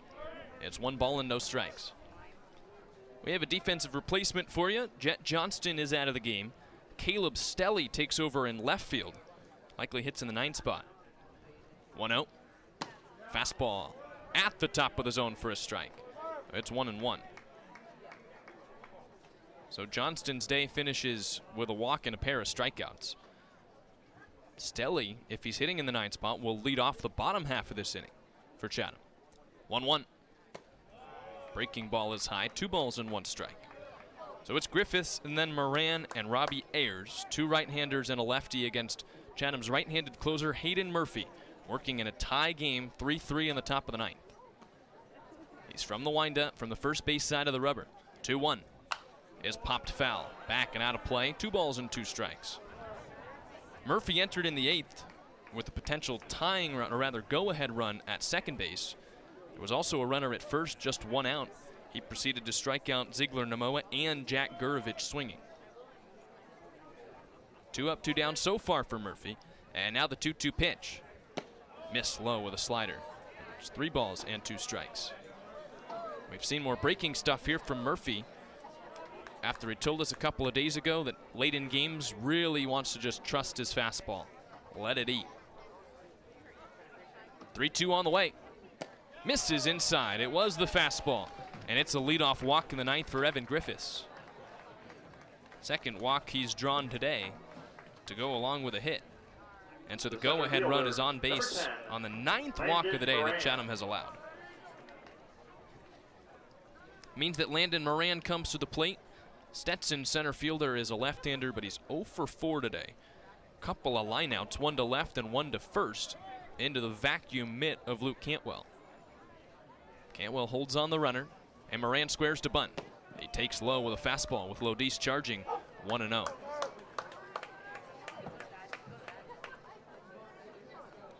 Firebirds left 2 on in the 8th, 2 on in the 7th, 1 in the 6th, but 3 in the 5th. 12 total left on base today for Orleans. Just 3 runs on 7 hits. Moran squares again, the 1-0. He puts it down foul over the bare hand of Ike Irish, who popped out of his squat. It's a ball and a strike. Andrew, you and I have mentioned it at length tonight. Many opportunities for both sides. And with the 9th inning here, potentially a 10th inning on the way, it could just come down to 1 ball put in play. No one's done that yet against Murphy. 1-1 pitch is bunted foul down the third base line. Scooped up by Lodis, 2 feet to the left of the chalk, 1-2. Can come down to something as simple as that, getting a bunt down, getting a runner into scoring position. Those are the small things that can win you a game. Razor thin lines late in this one. Runner at first, nobody out. 3-3 between Orleans and Chatham, top 9. Murphy sets from the stretch. He delivers, and he misses low. That was a fastball, 2-2. Even if Orleans does manage to get the go-ahead run into scoring position, not a place where they've had a lot of success tonight. 2 for 14 with runners at either second or third. 2-2 pitch, runner on the move. It's in the dirt, and it's an easy stolen base. No throw from Irish as Griffiths was off with the pitch and well on his way to second by the time that ball skipped in. So Griffiths picks up Moran, even though the center fielder couldn't get the bunt down. Go ahead run at second now. And a full count, here's the pitch. Moran flies it foul. Back over home plate and out of play. But it's still 3-2. Second steal of the day for Evan Griffiths. He doubles his season total, pushing it to 4. He has not been caught yet. He stands off of second. 3-2 again. Line foul. Back to the netting to stay alive, 3-2. There's a right-hander warming up for Chatham. Out in that bullpen down the left field line. See how much more Hayden Murphy has in the tank. Could get pulled if he continues to get himself into trouble here in the 9th. 3-2 pitch. Strike 3 call. Throws him with a fastball just past the inner knee. Called strike 3 for the first out of the 9th. Wasn't a whole lot of a secret on what pitch Moran was getting. 3 straight fastballs on the full count. That's just paint on the inside black. Good morning, good afternoon, and good night from Hayden Murphy, who now works with a runner at second and 1 out. And the right-handed bat of Robbie Ayers at the plate. Pitch from Murphy. Slider on the outside corner for a strike. It's 0-1. Ayers has walked twice. He has scored a run. He's also got a single and a ground out to third. So he's 1 for 2, but he's been on 3 times. 0-1 pitch. He takes strike 2. Fastball on the outside corner. Slices over that part of the plate. So it's 0-2. Runner at second, 1 out for Orleans. Trying to break the tie. A 3-3 stalemate between the Firebirds and the A's. Murphy looks to second. Brings it home. Fastball up high. And a check swing from Robbie Ayers, but he stays back, and the count moves to 1 ball and 2 strikes. 94. Looked like it hit the outer black right at the ceiling of the zone, but no strike call from Joe LaBella. Now the 1-2, runner heads for third, and it's popped up into shallow right. Ashton Larson over, they might have a chance at second. He gets it, he guns to Arquette, and it's out of his glove. A low throw from Ashton Larson as Chatham was gifted a potential double play. And now Chatham heads to check at third, and they got him! Means that Griffiths touched the third base bag, but on his way back to second, he never retouched the base. And what a gift that is for the A's. Brings Kelly Nicholson out of the first base dugout. He's chatty with our third base umpire, Matthew Newman, who made the emphatic out call. What a gift for the A's, and what a job by the dugout to recognize that play. Well, Larson didn't make a good throw on what could have been a double play ball, but it doesn't matter as Chatham gets the final out of the inning. Means that Hayden Murphy faces the minimum. He gets a walk, a pair of strikeouts, and the gift from Orleans. No runs on no hits, no errors in the field, and nobody left on base. Chatham has a chance to walk it off in the bottom of the 9th. They need a run with 9-1-2 coming up. It'll be Stelly, then O'Verne, and Jaden Davis as Luke Jackson stays on the hill. Stick with us, you don't want to miss the 9th here on the Cape Cod Baseball Network. Sports Radio, play-by-play. Go A's! Chatham on TRC.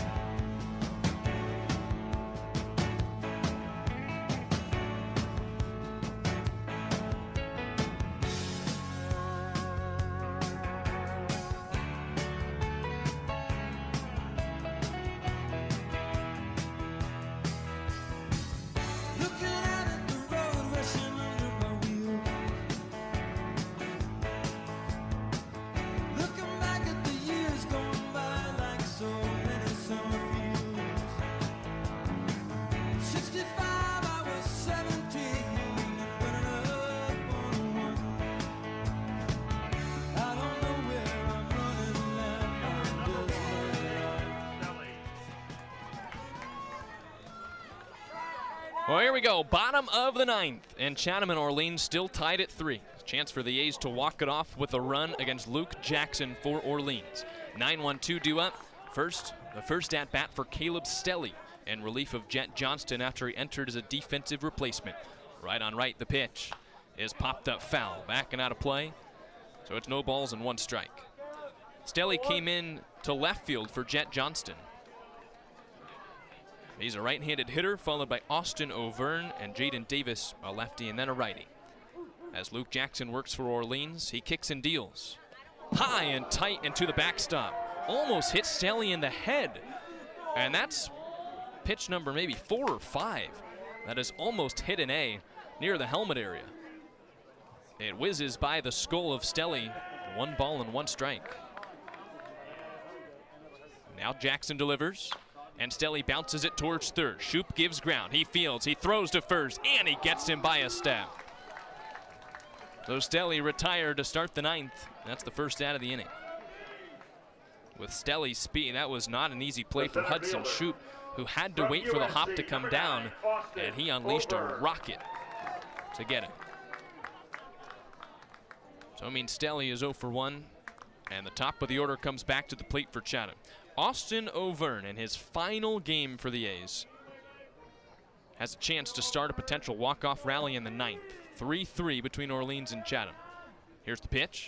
He swings and pops it up. Shallow left field. Could be trouble with the shift. Miola, the shortstop, back to his regular position. It falls! And O'Verne's all the way to second. And the shift comes back to bite Orleans. Miola, the shortstop, was on the second base side of the bag. He ran a country mile to get to that baseball, and it was just past his outstretched glove, falling backwards onto the grass. And the go-ahead run and the game-winning run is on second for Chatham. They went no doubles defense, so the third baseman, Shoup, was all the way to the line down the third base line. So both players were going to have to run a ways to get there. And the outfield was way back, too. Here's the right-hander, Jaden Davis. O'Verne at second. Here's the pitch. In the dirt, it skips off the catcher Ayers, but O'Verne stays at second. And that would have been a big 90 feet. Potential winning run in scoring position for the A's, and it's the Cape League's fastest player, Austin O'Verne. So Austin Smith in left normal position probably could get there. He was almost to the track to set up. 1-0 from Jackson. Is high. 2 balls and no strikes. So O'Verne in his final game, that could be his final at-bat with the A's, and it goes down as a double. I'm sure he would love to cross the plate and win it for Chatham here in the 9th. 3-3. And the 2-0 pitch to Davis. Off the outside corner with a fastball. 3 balls and no strikes.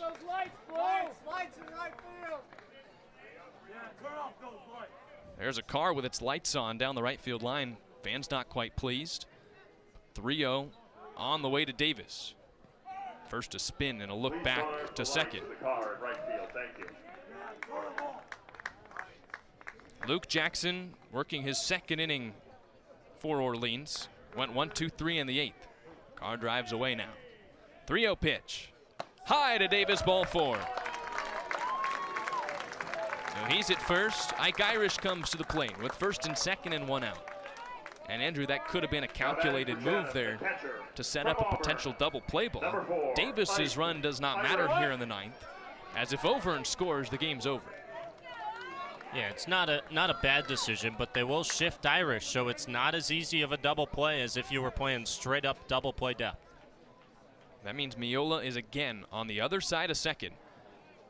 And we might not see another pitch from Luke Jackson. Callie Nicholson takes the slow stroll from the first base dugout. There is an arm that's been warming up in the Orleans pen. Nicholson looks out there but has not pointed yet. Whoever it is out there for Orleans is no longer throwing. We'll see what move Nicholson makes.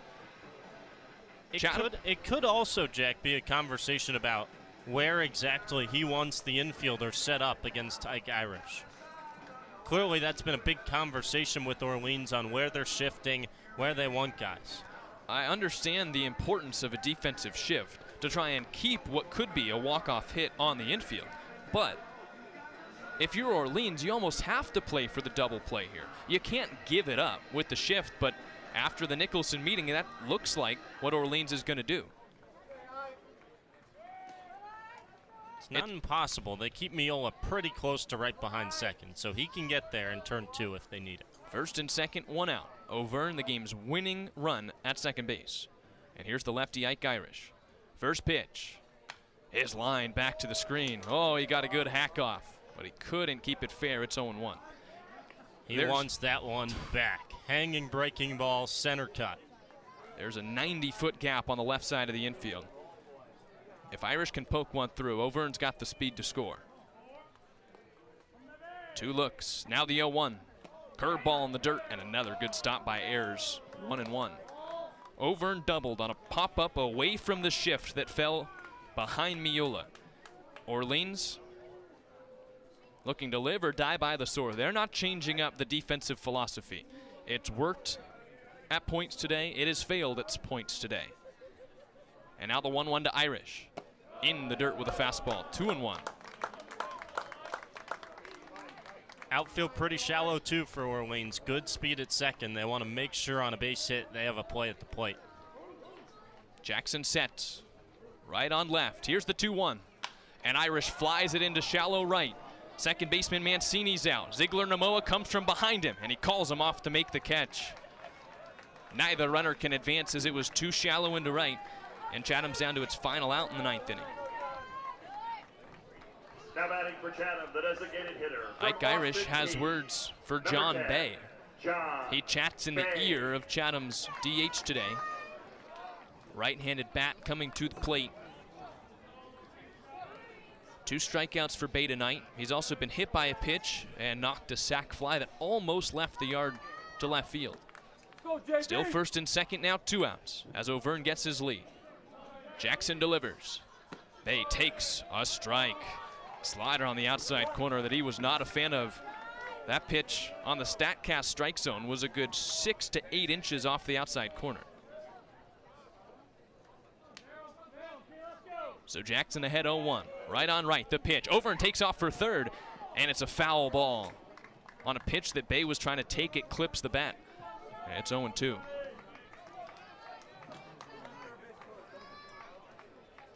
Infield has returned to play John Bay normally. Each infielder at their regular spots. Corners specifically playing deep for the powerful John Bay. Potential winning run at second. 3-3 in the 9th.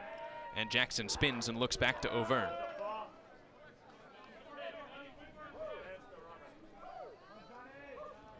Oh, 2 outs. 2 aboard for Chatham. As Jackson sets, he delivers. Both runners go, and the pitch is taken outside. 1 ball and 2 strikes. So the winning run goes to third. Davis at second, but he doesn't matter quite as much.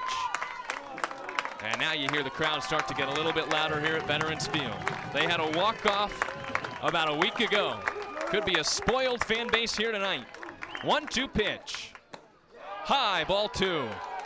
As Jackson walks off the mound, his fastball was an inch off the plate. It's 2 balls and 2 strikes. Chatham won the first 3 matchups of the year against Orleans. Tonight would be a heartbreaker for the Firebirds. 2-2 to Bay. Is popped up. Foul first base side. Long run for Gurovich. He gets to the fence. He runs out of room. And it's off the 3rd row of bleachers in foul territory. So it's still 2 balls and 2 strikes. Auvergne on that pitch got about 60 feet down the line. Boy, could you imagine if he stole home to end his final Anglers game. I was thinking it, but I didn't think he would actually do it. But it is important because any ball that gets remotely close to far away from Robbie Ayers, he's scoring on. 2-2, 2 outs. 3-3 in the 9th, and Auvern's caught halfway between home and third. He is tagged out. And Chatham wants a balk. Jackson flinched for a second before he threw out Auvergne. And that brings Sheets out of the dugout to talk with Matthew Newman. He didn't step off, and he didn't immediately throw to third. So because his first movement was with his lead foot, it went at Auvergne and not at third. Then he collected his feet and threw to third. And now Home plate umpire Joe LaBella starts in on the conversation. And Sheets is beside himself right now. He is lecturing the two umpires on the call. He's about to lose it.